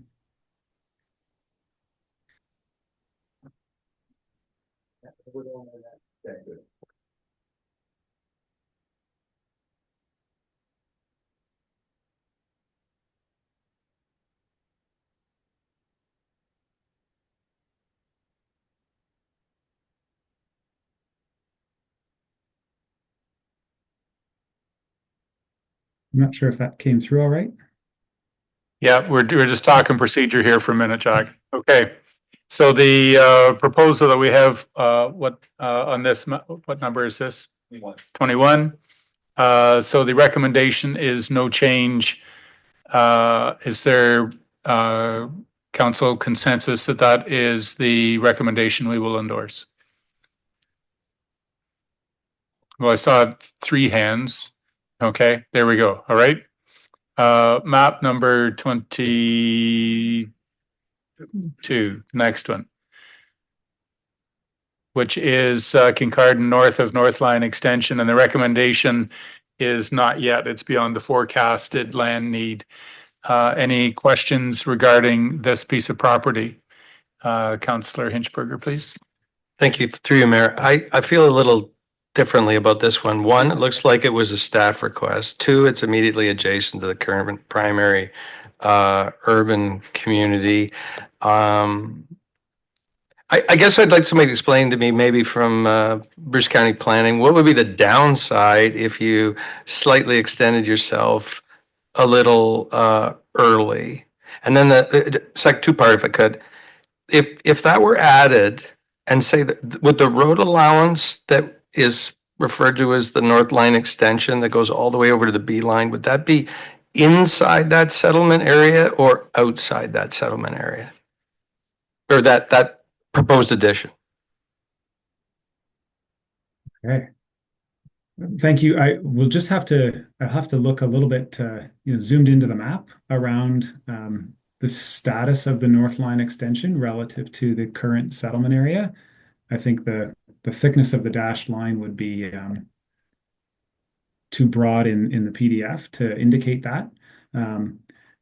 Perhaps if someone is in a position to look that up, I'll take a turn at the first question around the relative benefits or risks. And so what we this shows as a municipality request. I would say perhaps the way we were framing these is we were, county and municipal staff together, were exploring different possibilities as we were looking at different potential scenarios for what we might look at. Are there broader scale adjustments, including potential reductions or expansions that we should be contemplating? And so in the context of that, we saw that this could be an opportunity to sort of rationalize settlement area boundaries around areas where we anticipate growth. In terms of the plus sides of including it a bit early, as described, are that it would provide a little more opportunity for coordinating infrastructure planning and design. It would give the municipality a bit of a broader kind of service area to explore as a neighborhood for Kincardine. And the sort of the downsides are that this is a high quality agricultural land. And so taking it out of agricultural production or designating it away from agricultural production would encourage it to be, facilitate that it's going to come out of that be lost to that purpose. And it, it could also lead to some lower effort or pressure in encouraging infilling and intensification, in a sense that there is an ample supply of land, and so that could ultimately yield lower intensities of development or densities of development, and have greater transportation associated infrastructure needs and servicing costs with that lower density of development. So I would say we haven't done a full workup on the agricultural impact assessment part of expanding the settlement area into this piece as a straight up expansion. That would be something we would look to explore if council did want to advance this proposal.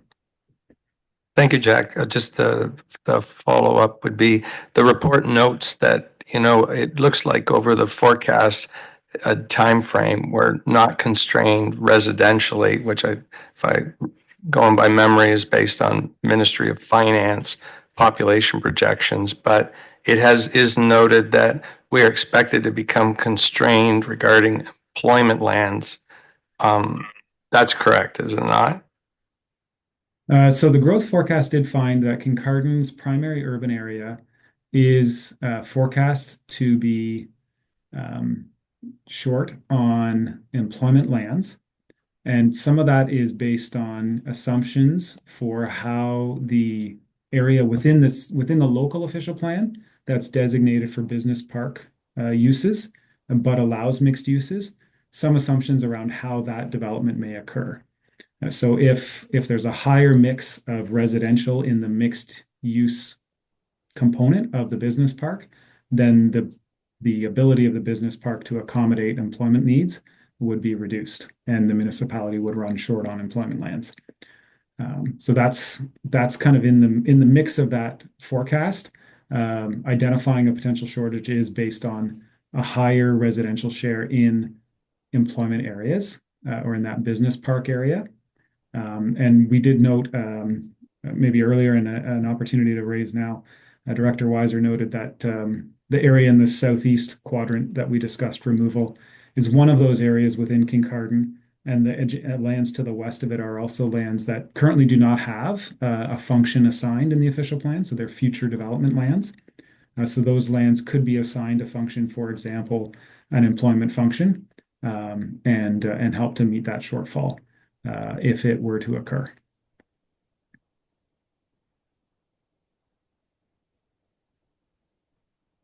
Councillor Blackwell, please. Thank you. Through you, I recognize the value of agricultural to our community. I'm curious, though, like designating this as part of the official plan, if that's what's chosen, doesn't necessarily change the use until the landowner decides that they want to change the use. Is that correct?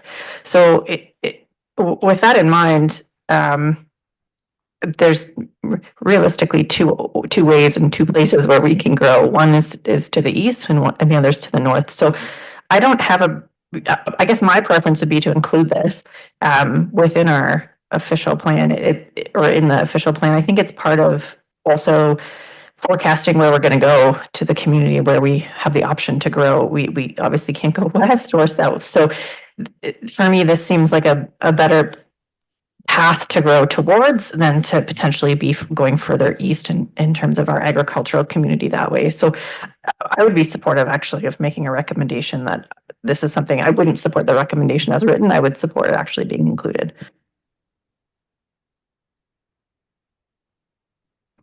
Hey, we've had discussion about this recommendation, which is not yet. Are we in support of the recommendation of not yet, or would we prefer now? Yeti. Well, we will support the recommendation. All in favor of not including this in the urban settlement area? Everyone opposed to the recommendation? So it would appear that we are in support of including this this property north of the North Line extension as part of the municipal endorsement. Moving on to the next map, which is lands to the east of Highway 21 on Highway 9. Jack or Adam, please. I can go. Thank you.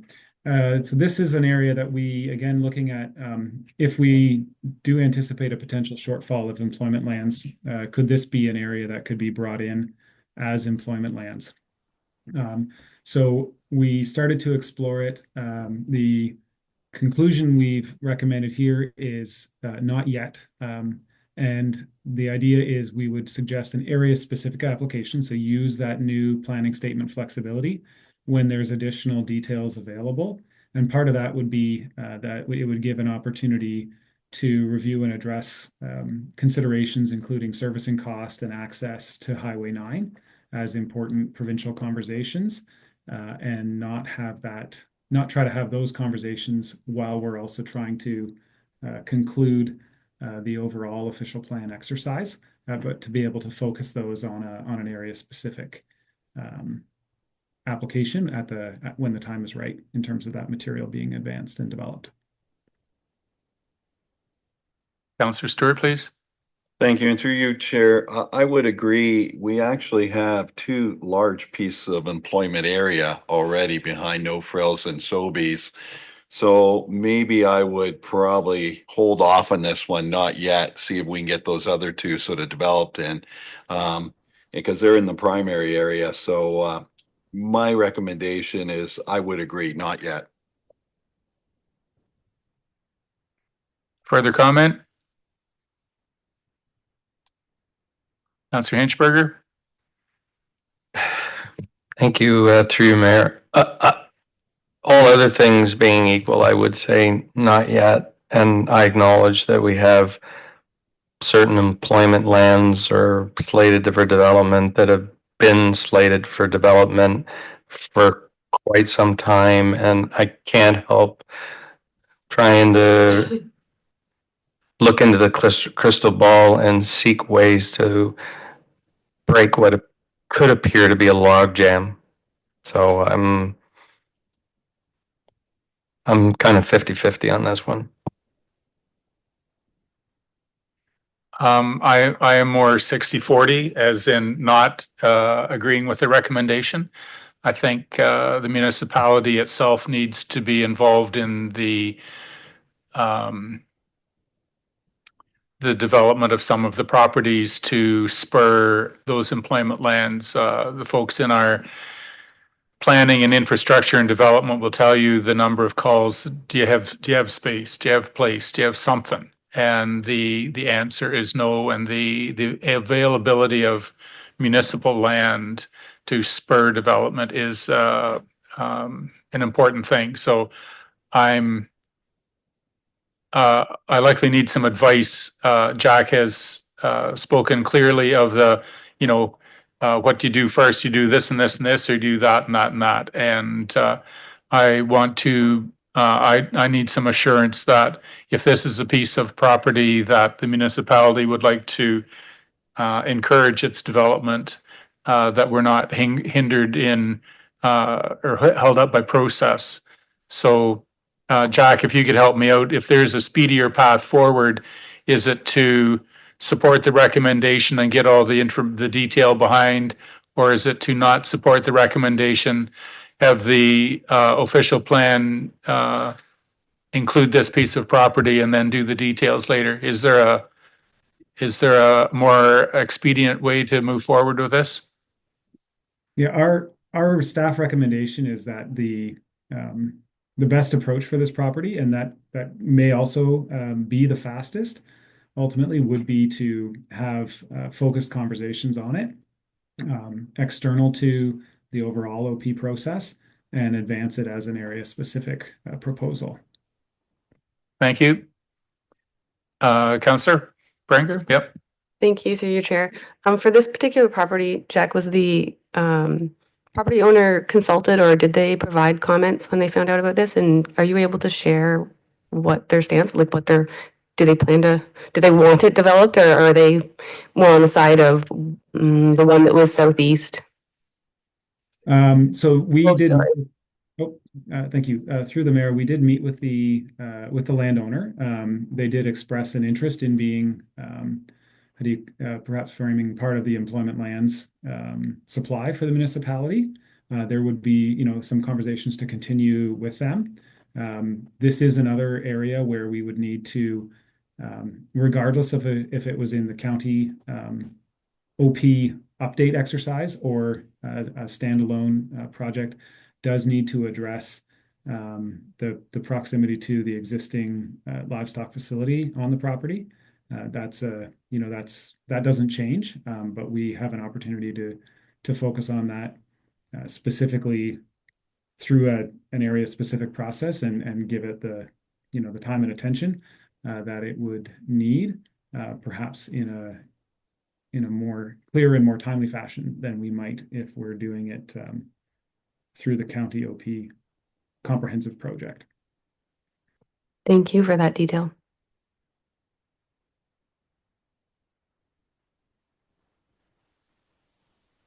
Councillor Hinchberger, please. Actually, it's more of a comment. I know sometimes we can get blurred by thinking 921 Business Park and stuff like that, but we're essentially looking at what is a 921 Business Park sort of thing, and we already invested quite a bit of money that we're going to pay a loan on a number of years ago to install the Durham Street extension, which angles over directly towards that property. So I think as this discussion is going on, I'm probably in the 60-40 or more category now, along with the mayor. Problem is my 60 got switched the other way because my question was, how do we go about it the quickest way to succeed with the employment land?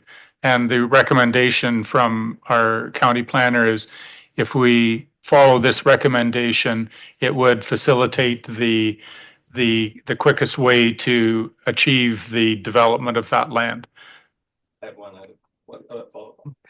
If this makes any sense at all, like we've talked about, and somebody was here once, and I think we might have went to a certain place where they talk about the importance for council to signal intentions.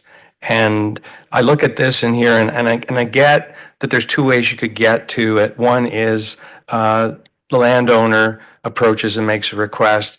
Yet, in order for them to do that, they're going to run the whole risk that they'll run into challenges either at the county or at the lower tier municipality and hit a roadblock. Whereas you go at it the other way, the one that you're signaling council's intent. And one thing I would say is, like, aside from, say, if the landowners right now watching this meeting tonight, if the way we record things, unless they were to watch the meeting, if you vote to support the recommendation, there would be very little of that message largely would be lost about how seriously some members of council were actually considering making this change at our end, not initiated at the other end. Thanks. Councillor Stewart, please. Thank you. Just to expand a little more on this, if we decide to not include this, not yet, doesn't mean the landlord can't, or the owner of the property can't go ahead. I mean, it's just amendment to the official plan. It takes a little time and everything, but we don't handcuff the owner of the property completely. We're just sort of saying to the owner, saying, not this round, maybe next round. Thank you. Councillor Williams, please. Thank you through you. Similar, I think, as Councillor Hinchberger's thought process. I'm also thinking the more land that we signal that is potentially available for growth by more landowners helps us to have more land available for potential development. And I know that there's challenges with some of the land being developed now. And so I'm kind of the view right now that the more that appears to be available, the better position we might be in to support growth.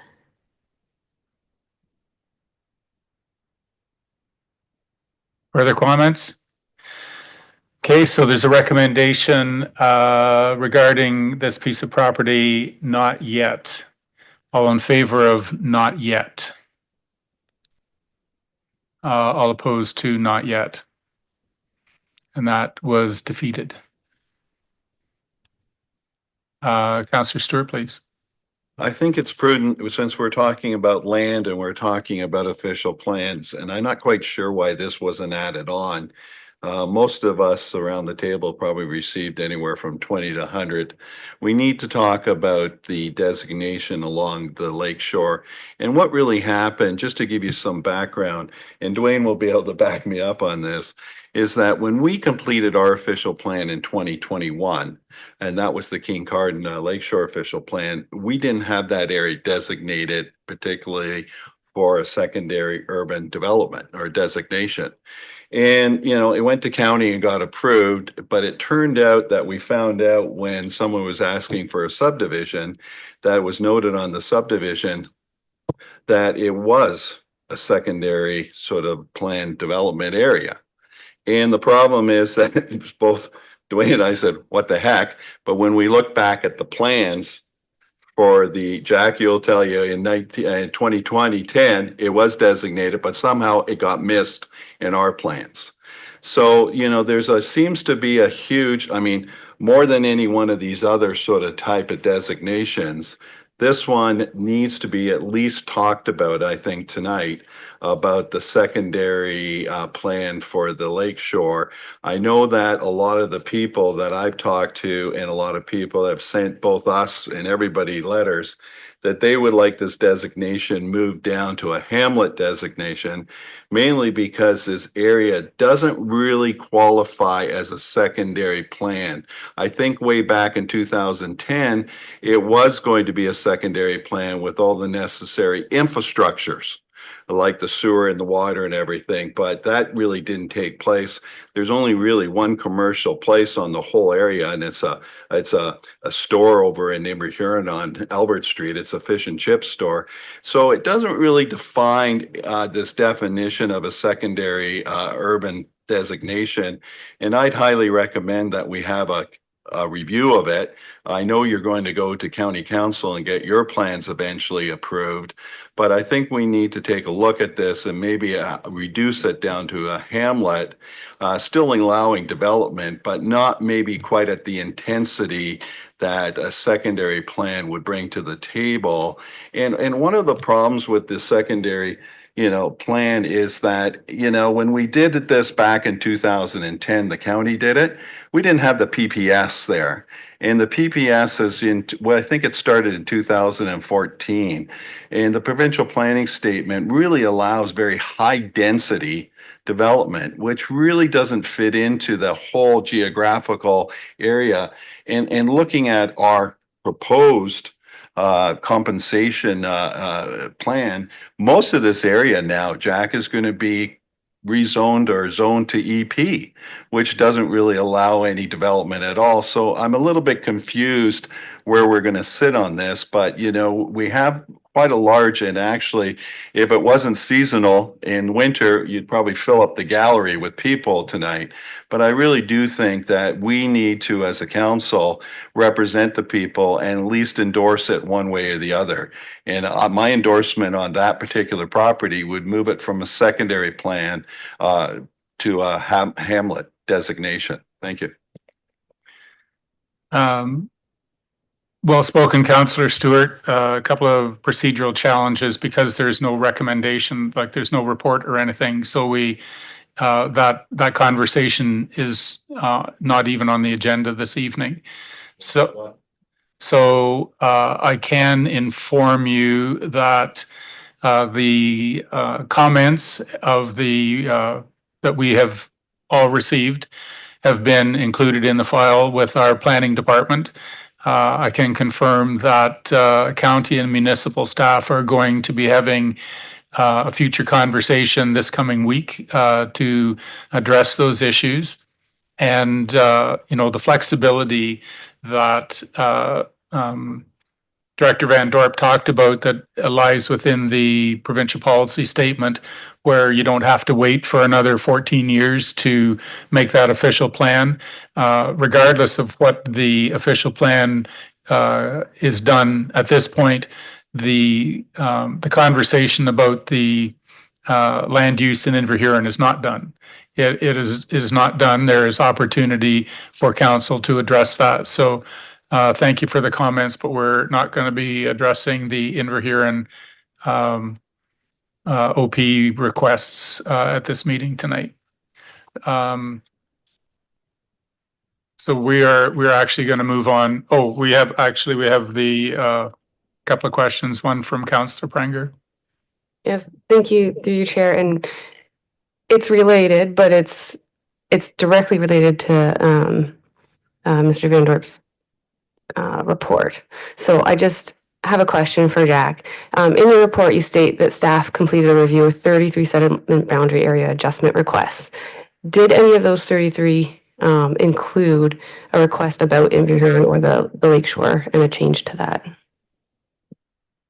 Thank you. And through the mayor, the requests that we've received with respect to Inverhuron are not within the package that we had reviewed prior for the report that was attached to your agenda this evening that we presented to County Council on November 21st. It is material that we've received subsequent to the analysis that we were undertaking at that time.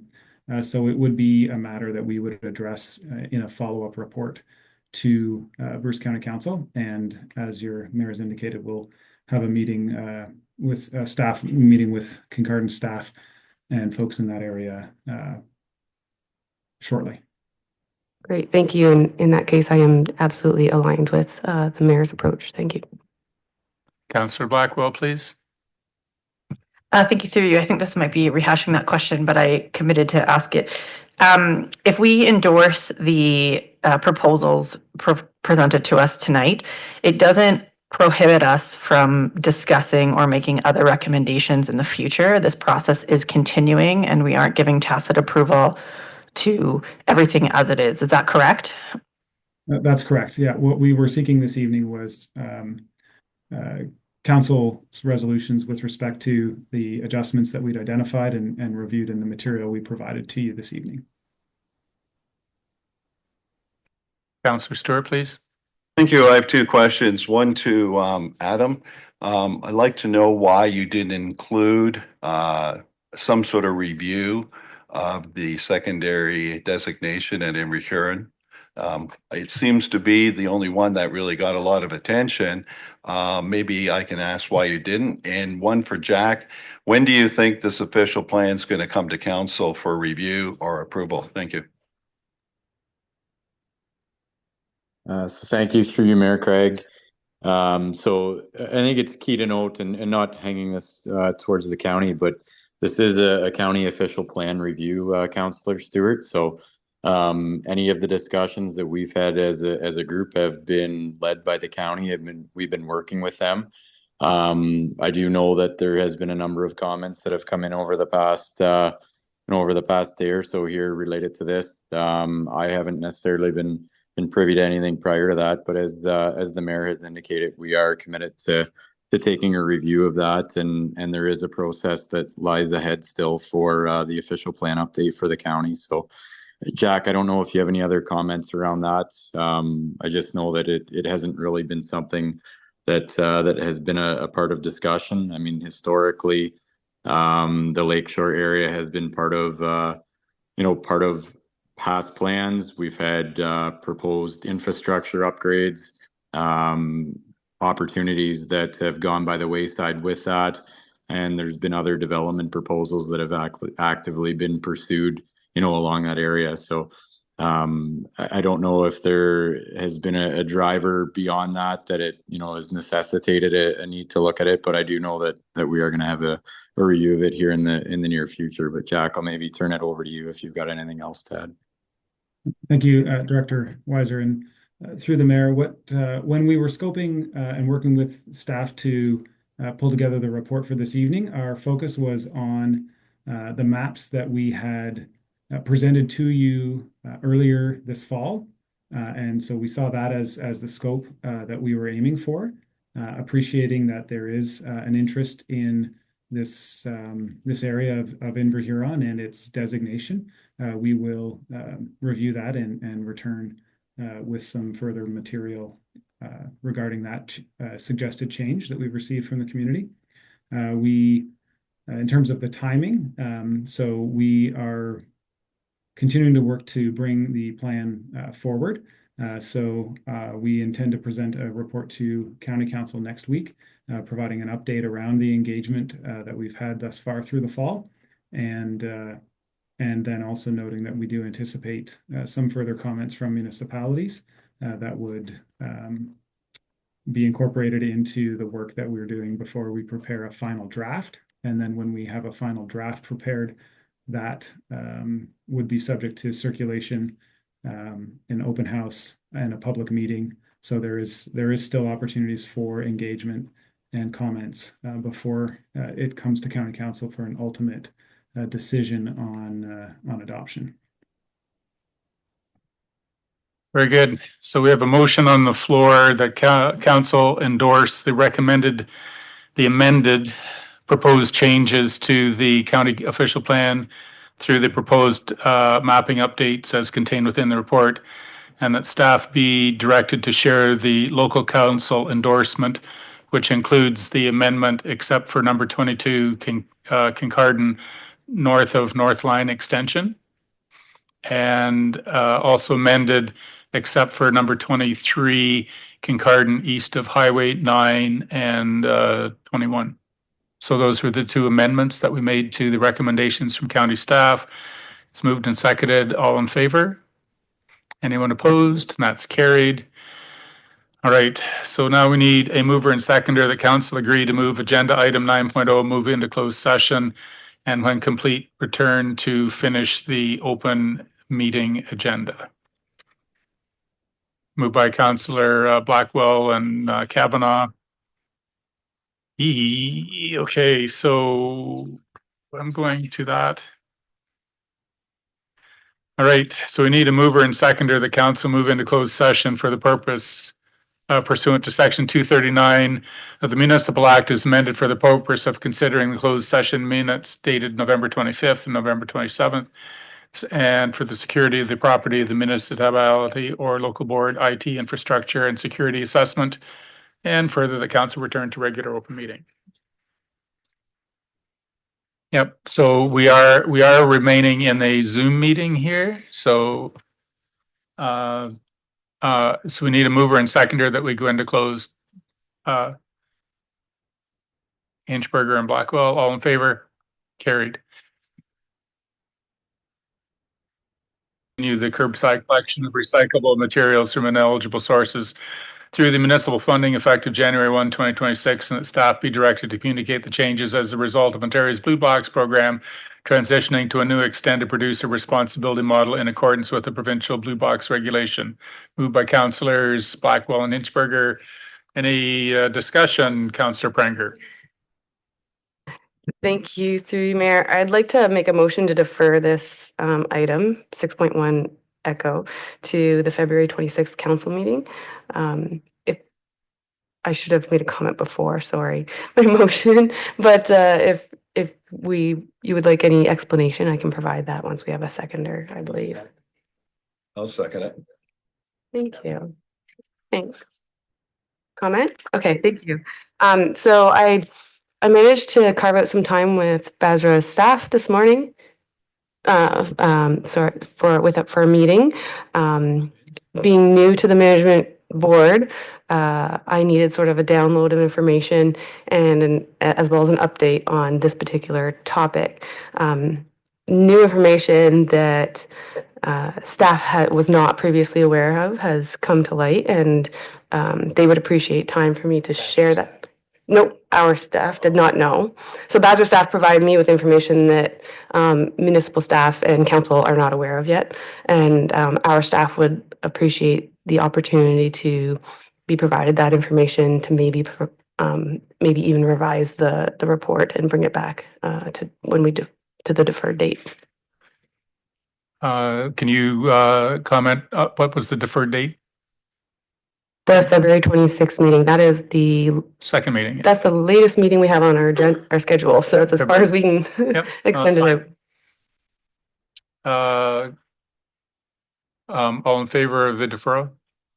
And that's carried. Use and installation of community safety zones. We need a mover and seconder that council approve the use and installation of community safety zone policy as presented. Further, the council approve the traffic calming implementation policy as presented. Moved by councillors Blackwell and Hinchberger. Discussion? Councillor Kavanaugh. Thank you very much. I think it's wonderful through the chair that we have a formal process coming forward to this. I know it's something that everyone, in their opinion, their street is the worst street and needs the most accessibility. It's important to take a data-driven approach. The only slight amendment or comment I might make to this policy is that there's no specific mechanism for reporting to council. So if there was some way of including a biannual or annual report of these are the areas we've evaluated and this is how we scored them. It's just a regular information update to council because it gives councilors the ability to then turn around and comment to the public. Could come through in the quarterly reports. Councillor Blackwell, you had your hand up, please. Yes, thank you. Through you, I just wanted to extend my appreciation to staff. I, in my typical way, sent them a lot of information related to this policy, and they really worked through it and have made some improvements that I can really support. So I'm, again, will echo what Councillor Kavanaugh said. I think this is a really good policy. I think it's a really good balance between a formal process to look at traffic calming, but also requiring there to be some really good engineering and assessment being done to make sure that we're applying it in areas that need it most. So it's just something that I think is going to really enhance some of the ongoing improvements we have to our traffic safety program. Councillor Stewart, please. Thank you, through you, Chair. I thought I read that and I thought I read correctly. And, I'm not sure, I'm not, an expert at the policy, but there was a mention that it'd have to come through council. For any new ones initiated would have to be approved separately by council. I think Councillor Kavanaugh's report was more, these are the things that we have done to implement the traffic calming and safety. Absolutely, if there's new budget requirements and stuff like that, it has to come through council, but it was just the reporting, not the decision making that Councillor Kavanaugh was talking about. But what would you expect on these reports? Well, we put one in street A, B, and C, and this has been the outcome of it, the installation. Okay. Alternatively, we evaluated site F because it received the requirements to be submitted. Staff conducted their investigation, came through and determined that it either didn't meet a threshold or will merit future in the back, and then we can look at that from there. Councillor Williams, please. Thank you. I echo my through you. I echo my colleagues' comments about this is a really important policy to have, and it was really great to see that a lot of details and thought went into it. One question and then a comment. Perhaps I had missed it. I know that the OPP, they respond to a lot of traffic complaints and they have a lot of really great data. And again, maybe I missed it, but when there was discussion on a detailed evaluation of whether or not something should be in place, will that take place along with the OPP?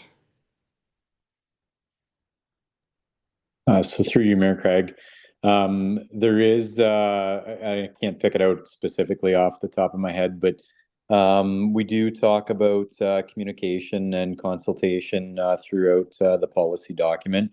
And the intent is that the OPP is an integral part of, I guess, some of that decision making that goes into the implementation and what features may or may not be considered and where they may or may not make sense. So we certainly intend to involve the OPP in that decision making process and kind of the decision making tree. Thank you for that. And just one comment as well. I really appreciated in the policy, there's a reference to kind of a variety of different tools that we use to help to manage speeding and traffic flow. I mean, we talk about enforcement, radars and kind of like it's great to be able to demonstrate that there is a number of different tools that are used so that traffic calming devices may not always be the best solution. And one of the things I think that's really important to recognize is that by having things like traffic calming devices, it also allows us to reduce the time and costs associated with OPP enforcement or or patrol. And so having these devices in place, I think, will really help us with overall costs. All in favor of the motion? Anyone opposed? That's carried. Davidson Center concession booth lease agreement. We need a mover and seconder. The council pass a bylaw to enter into a 5-year renewal lease agreement between the municipality of Kincardine and Saba Umar for the management and operation of concession service at the Davidson Center, moved by Deputy Mayor Clark and Councillor Williams. Any discussion? All in favor? That's carried. Dog control bylaw. We need a mover and seconder. The council approve the draft dog control bylaw, moved by councillors Blackwell and Deputy Mayor Clark. Discussion. Councillor Blackwell. Thank you. Through you, I had some conversations with staff related to, did I say through you? I can't remember. I'm getting tired. Apologies. Around the fines and the fees, specifically to kennels or kennel infractions. And I'm just curious, I think the current fee for a kennel is $150, and the current fine, if you are without a kennel license, is only $100. My preference would be to see the application for a kennel license actually be higher, given the amount of time and enforcement and oversight that we have to provide. My recommendation was $300. I don't know whether that's accurate or whether anyone would support that. And I know that our fines have to go through the province, but I'd also like to see the fine higher than the actual fee to try and deter people from just saying, well, the fine's only $100, but the fee's $150, so I'll see if I can get away with it.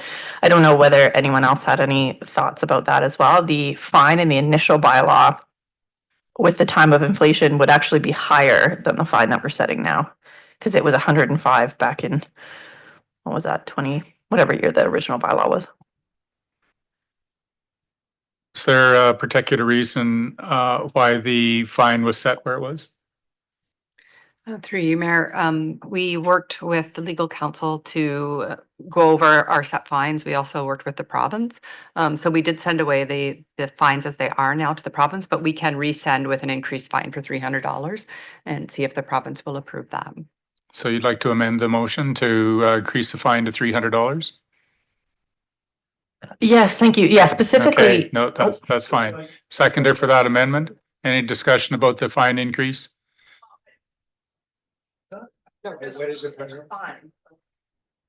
The proposed fine at this point is $100.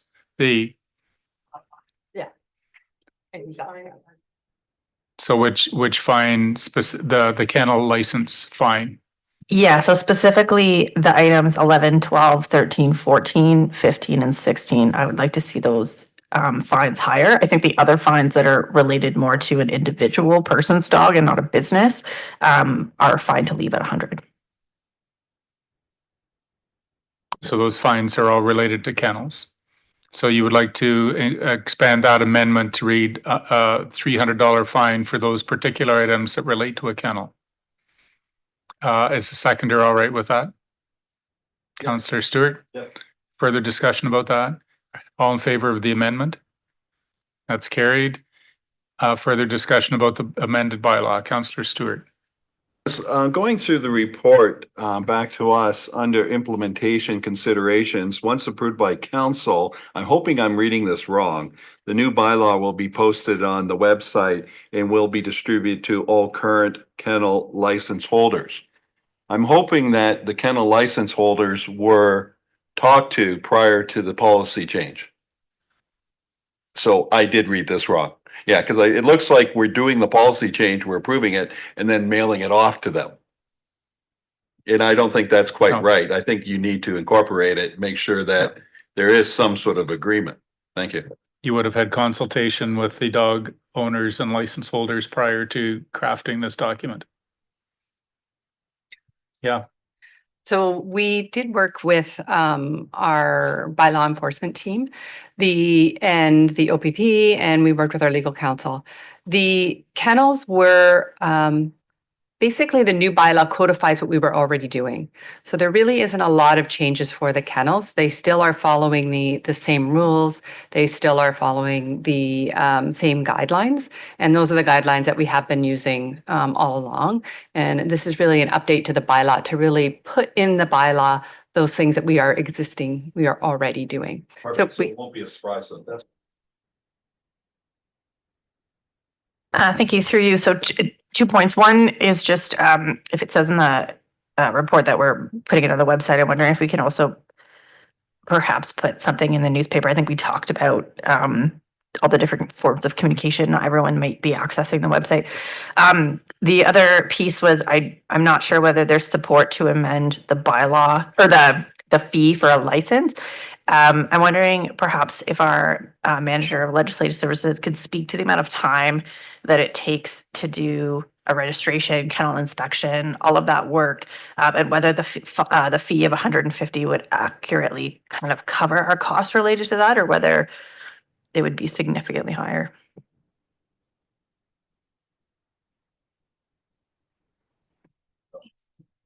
So we can review the fees and take a look at exactly what it's costing us. What I will say is Councillor Blackwell and I did have a conversation about would you charge more for a first-time kennel or for a review?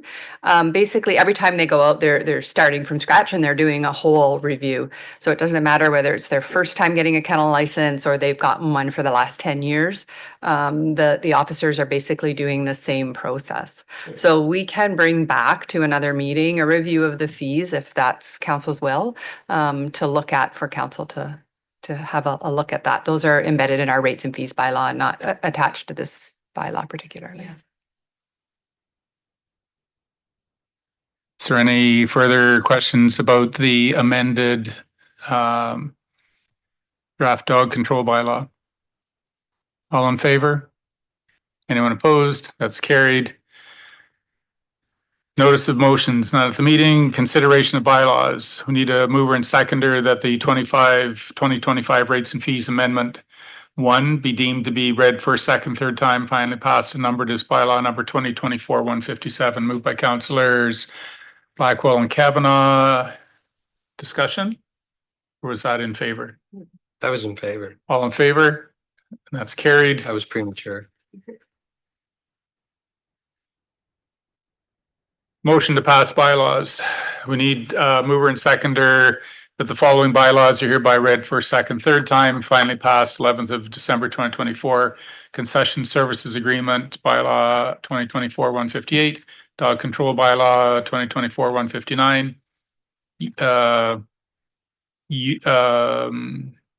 As amended, any of those as amended. The use and installation of community safety zones policy bylaw 2024-160, traffic calming implementation policy 2024-161 by councillors. Oh, did I say that already?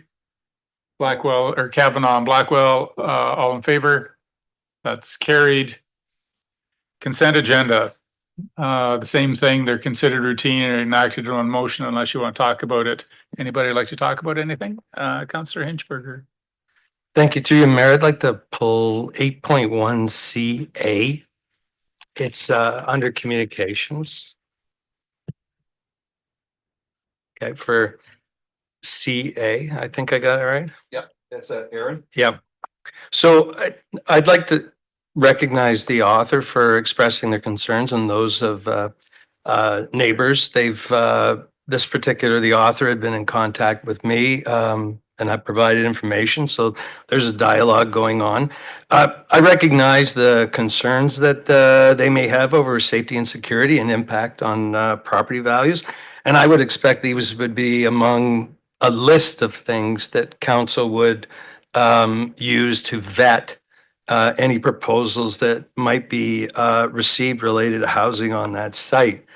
I'm going to particularly note that they say that residents and taxpayers should have the opportunity to be fully informed of all the facts, including details about the proposed facility, its potential impact on the neighborhood, and the measures that will be put in place to address any concerns about safety, property values, and community cohesion. So I definitely fully agree with that. It is unfortunate, I have to say, under fully informed of the facts that, you know, in a staff report and a Flourish report that made zero reference to transient housing, we managed to find letters to the local newspaper that will use the term, and then the author here picking up on this will include it 4 times in their letter, and yet it's never actually referred in the information on which council passed its resolution relating to severing of property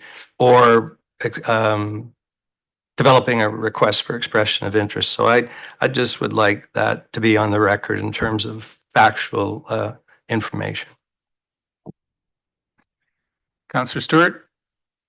Just to be fully transparent about Erin has been talking to me too, and she's hoping that the 2 Ward 1 councillors will become part of this conversation, because unfortunately they were not part of the voting, and we're down to just 5 of us. So I just wanted to tell you that there's 2 sides to this story, and right now I guess I'm the other side, and we won't be discussing that tonight. Thank you. Do you have your hand up, Councillor? Yeah, another thing. Yeah. Through you, Chair, I'd like to just pull 8.1 AD or Alpha Delta, just for comment right now. The updated draft comprehensive zoning bylaw development services. We got somebody here to do that. No, I'm just making a comment. In the report, it says the staff is planning to recommend additional public consultation in an additional public meeting in 2025. And I'd just like to say that I'm extremely glad to see this. I think it's absolutely necessary given the circumstances of the state of this document and the process that's been happening. And I'm just really glad that staff is being proactive and going to be recommending that, because I would have had to ask for it if you didn't. So thank you. Councillor Blackwell, did you have your hand up? Think so? Yeah, through you. I was just excited about the council, I don't know how to say that, levy happening at the Davidson Center. Yeah, I'm really excited about it. And it'll be a really fun way to close out this year. Councillor Stewart?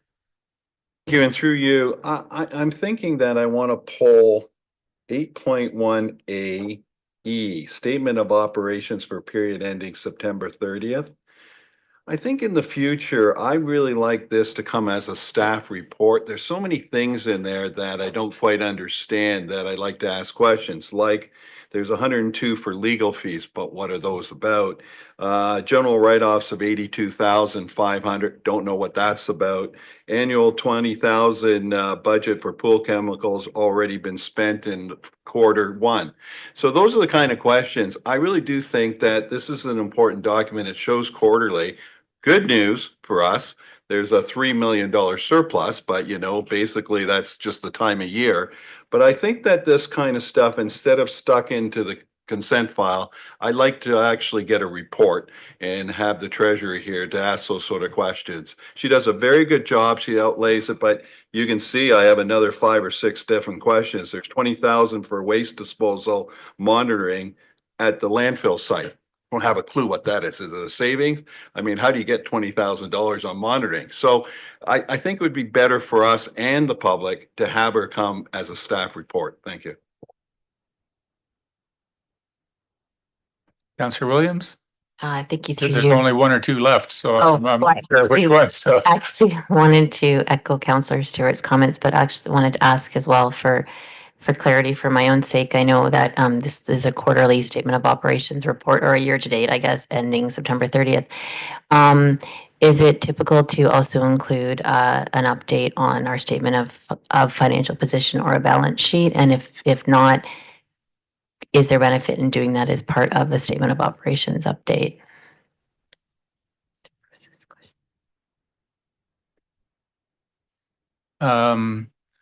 We're not like a business. It's that's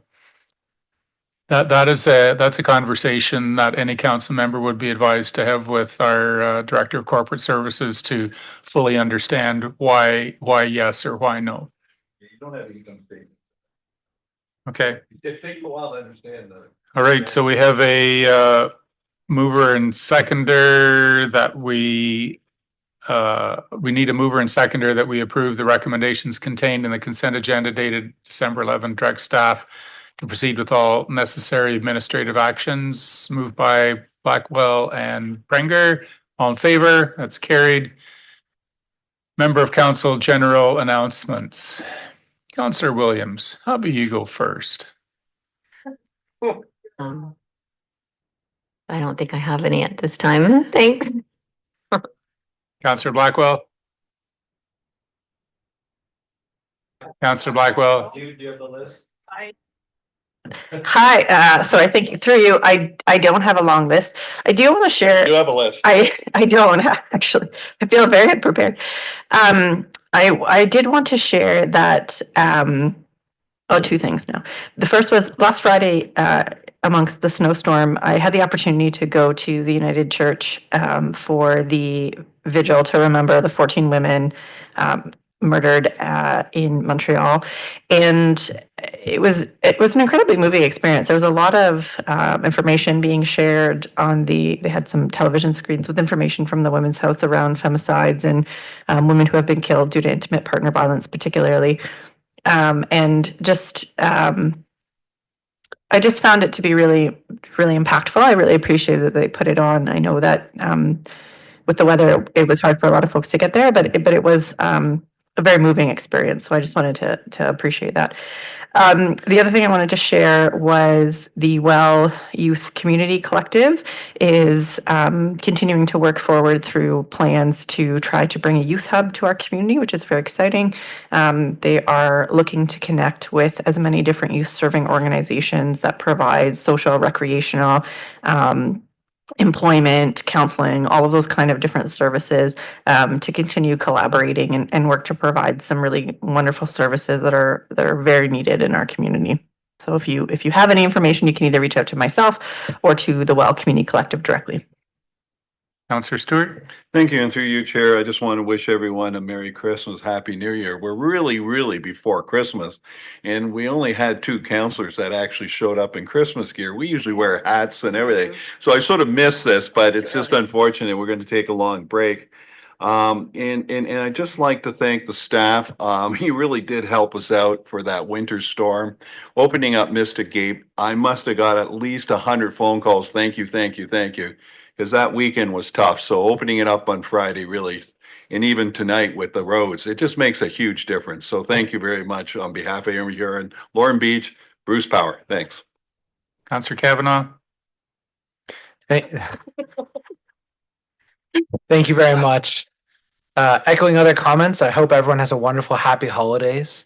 And speaking of roads, I want everyone to be safe on these roads. And this includes both safe driving in winter and leaving extra time to make your destination safely. And as a reminder, the OPP has also once again launched their Festive Ride campaign to keep us safe from impaired drivers. If you do choose to consume alcohol or any other substance, please always plan ahead by picking a designated driver or staying overnight. I look forward to seeing you all back here in the new year. In 2025. Councillor Brenger? Thank you.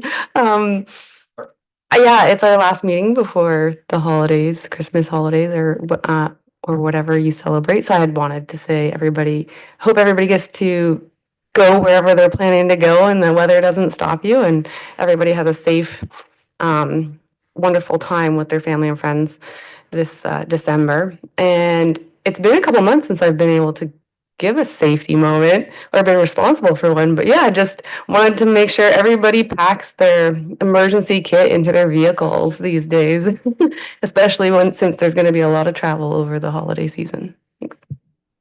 Deputy Mayor? Yeah, just wishing everyone a Merry Christmas. It has been a year of a lot of progress, some challenges. Great to have a full council with Councillor Williams having joined us, and thanking staff for a year of hard work. Councillor Inchberger? Happy holidays, everybody. You didn't know we're coming over to your place for Christmas dinner. So it sounds as though I get to do all the dull and boring announcements that everybody normally always does. So I'll do that. because like you, I enjoy Christmas. I enjoy the season, the celebrations, and I and my family will be doing all sorts of things with family, which is lots of fun. However, but there's other community events.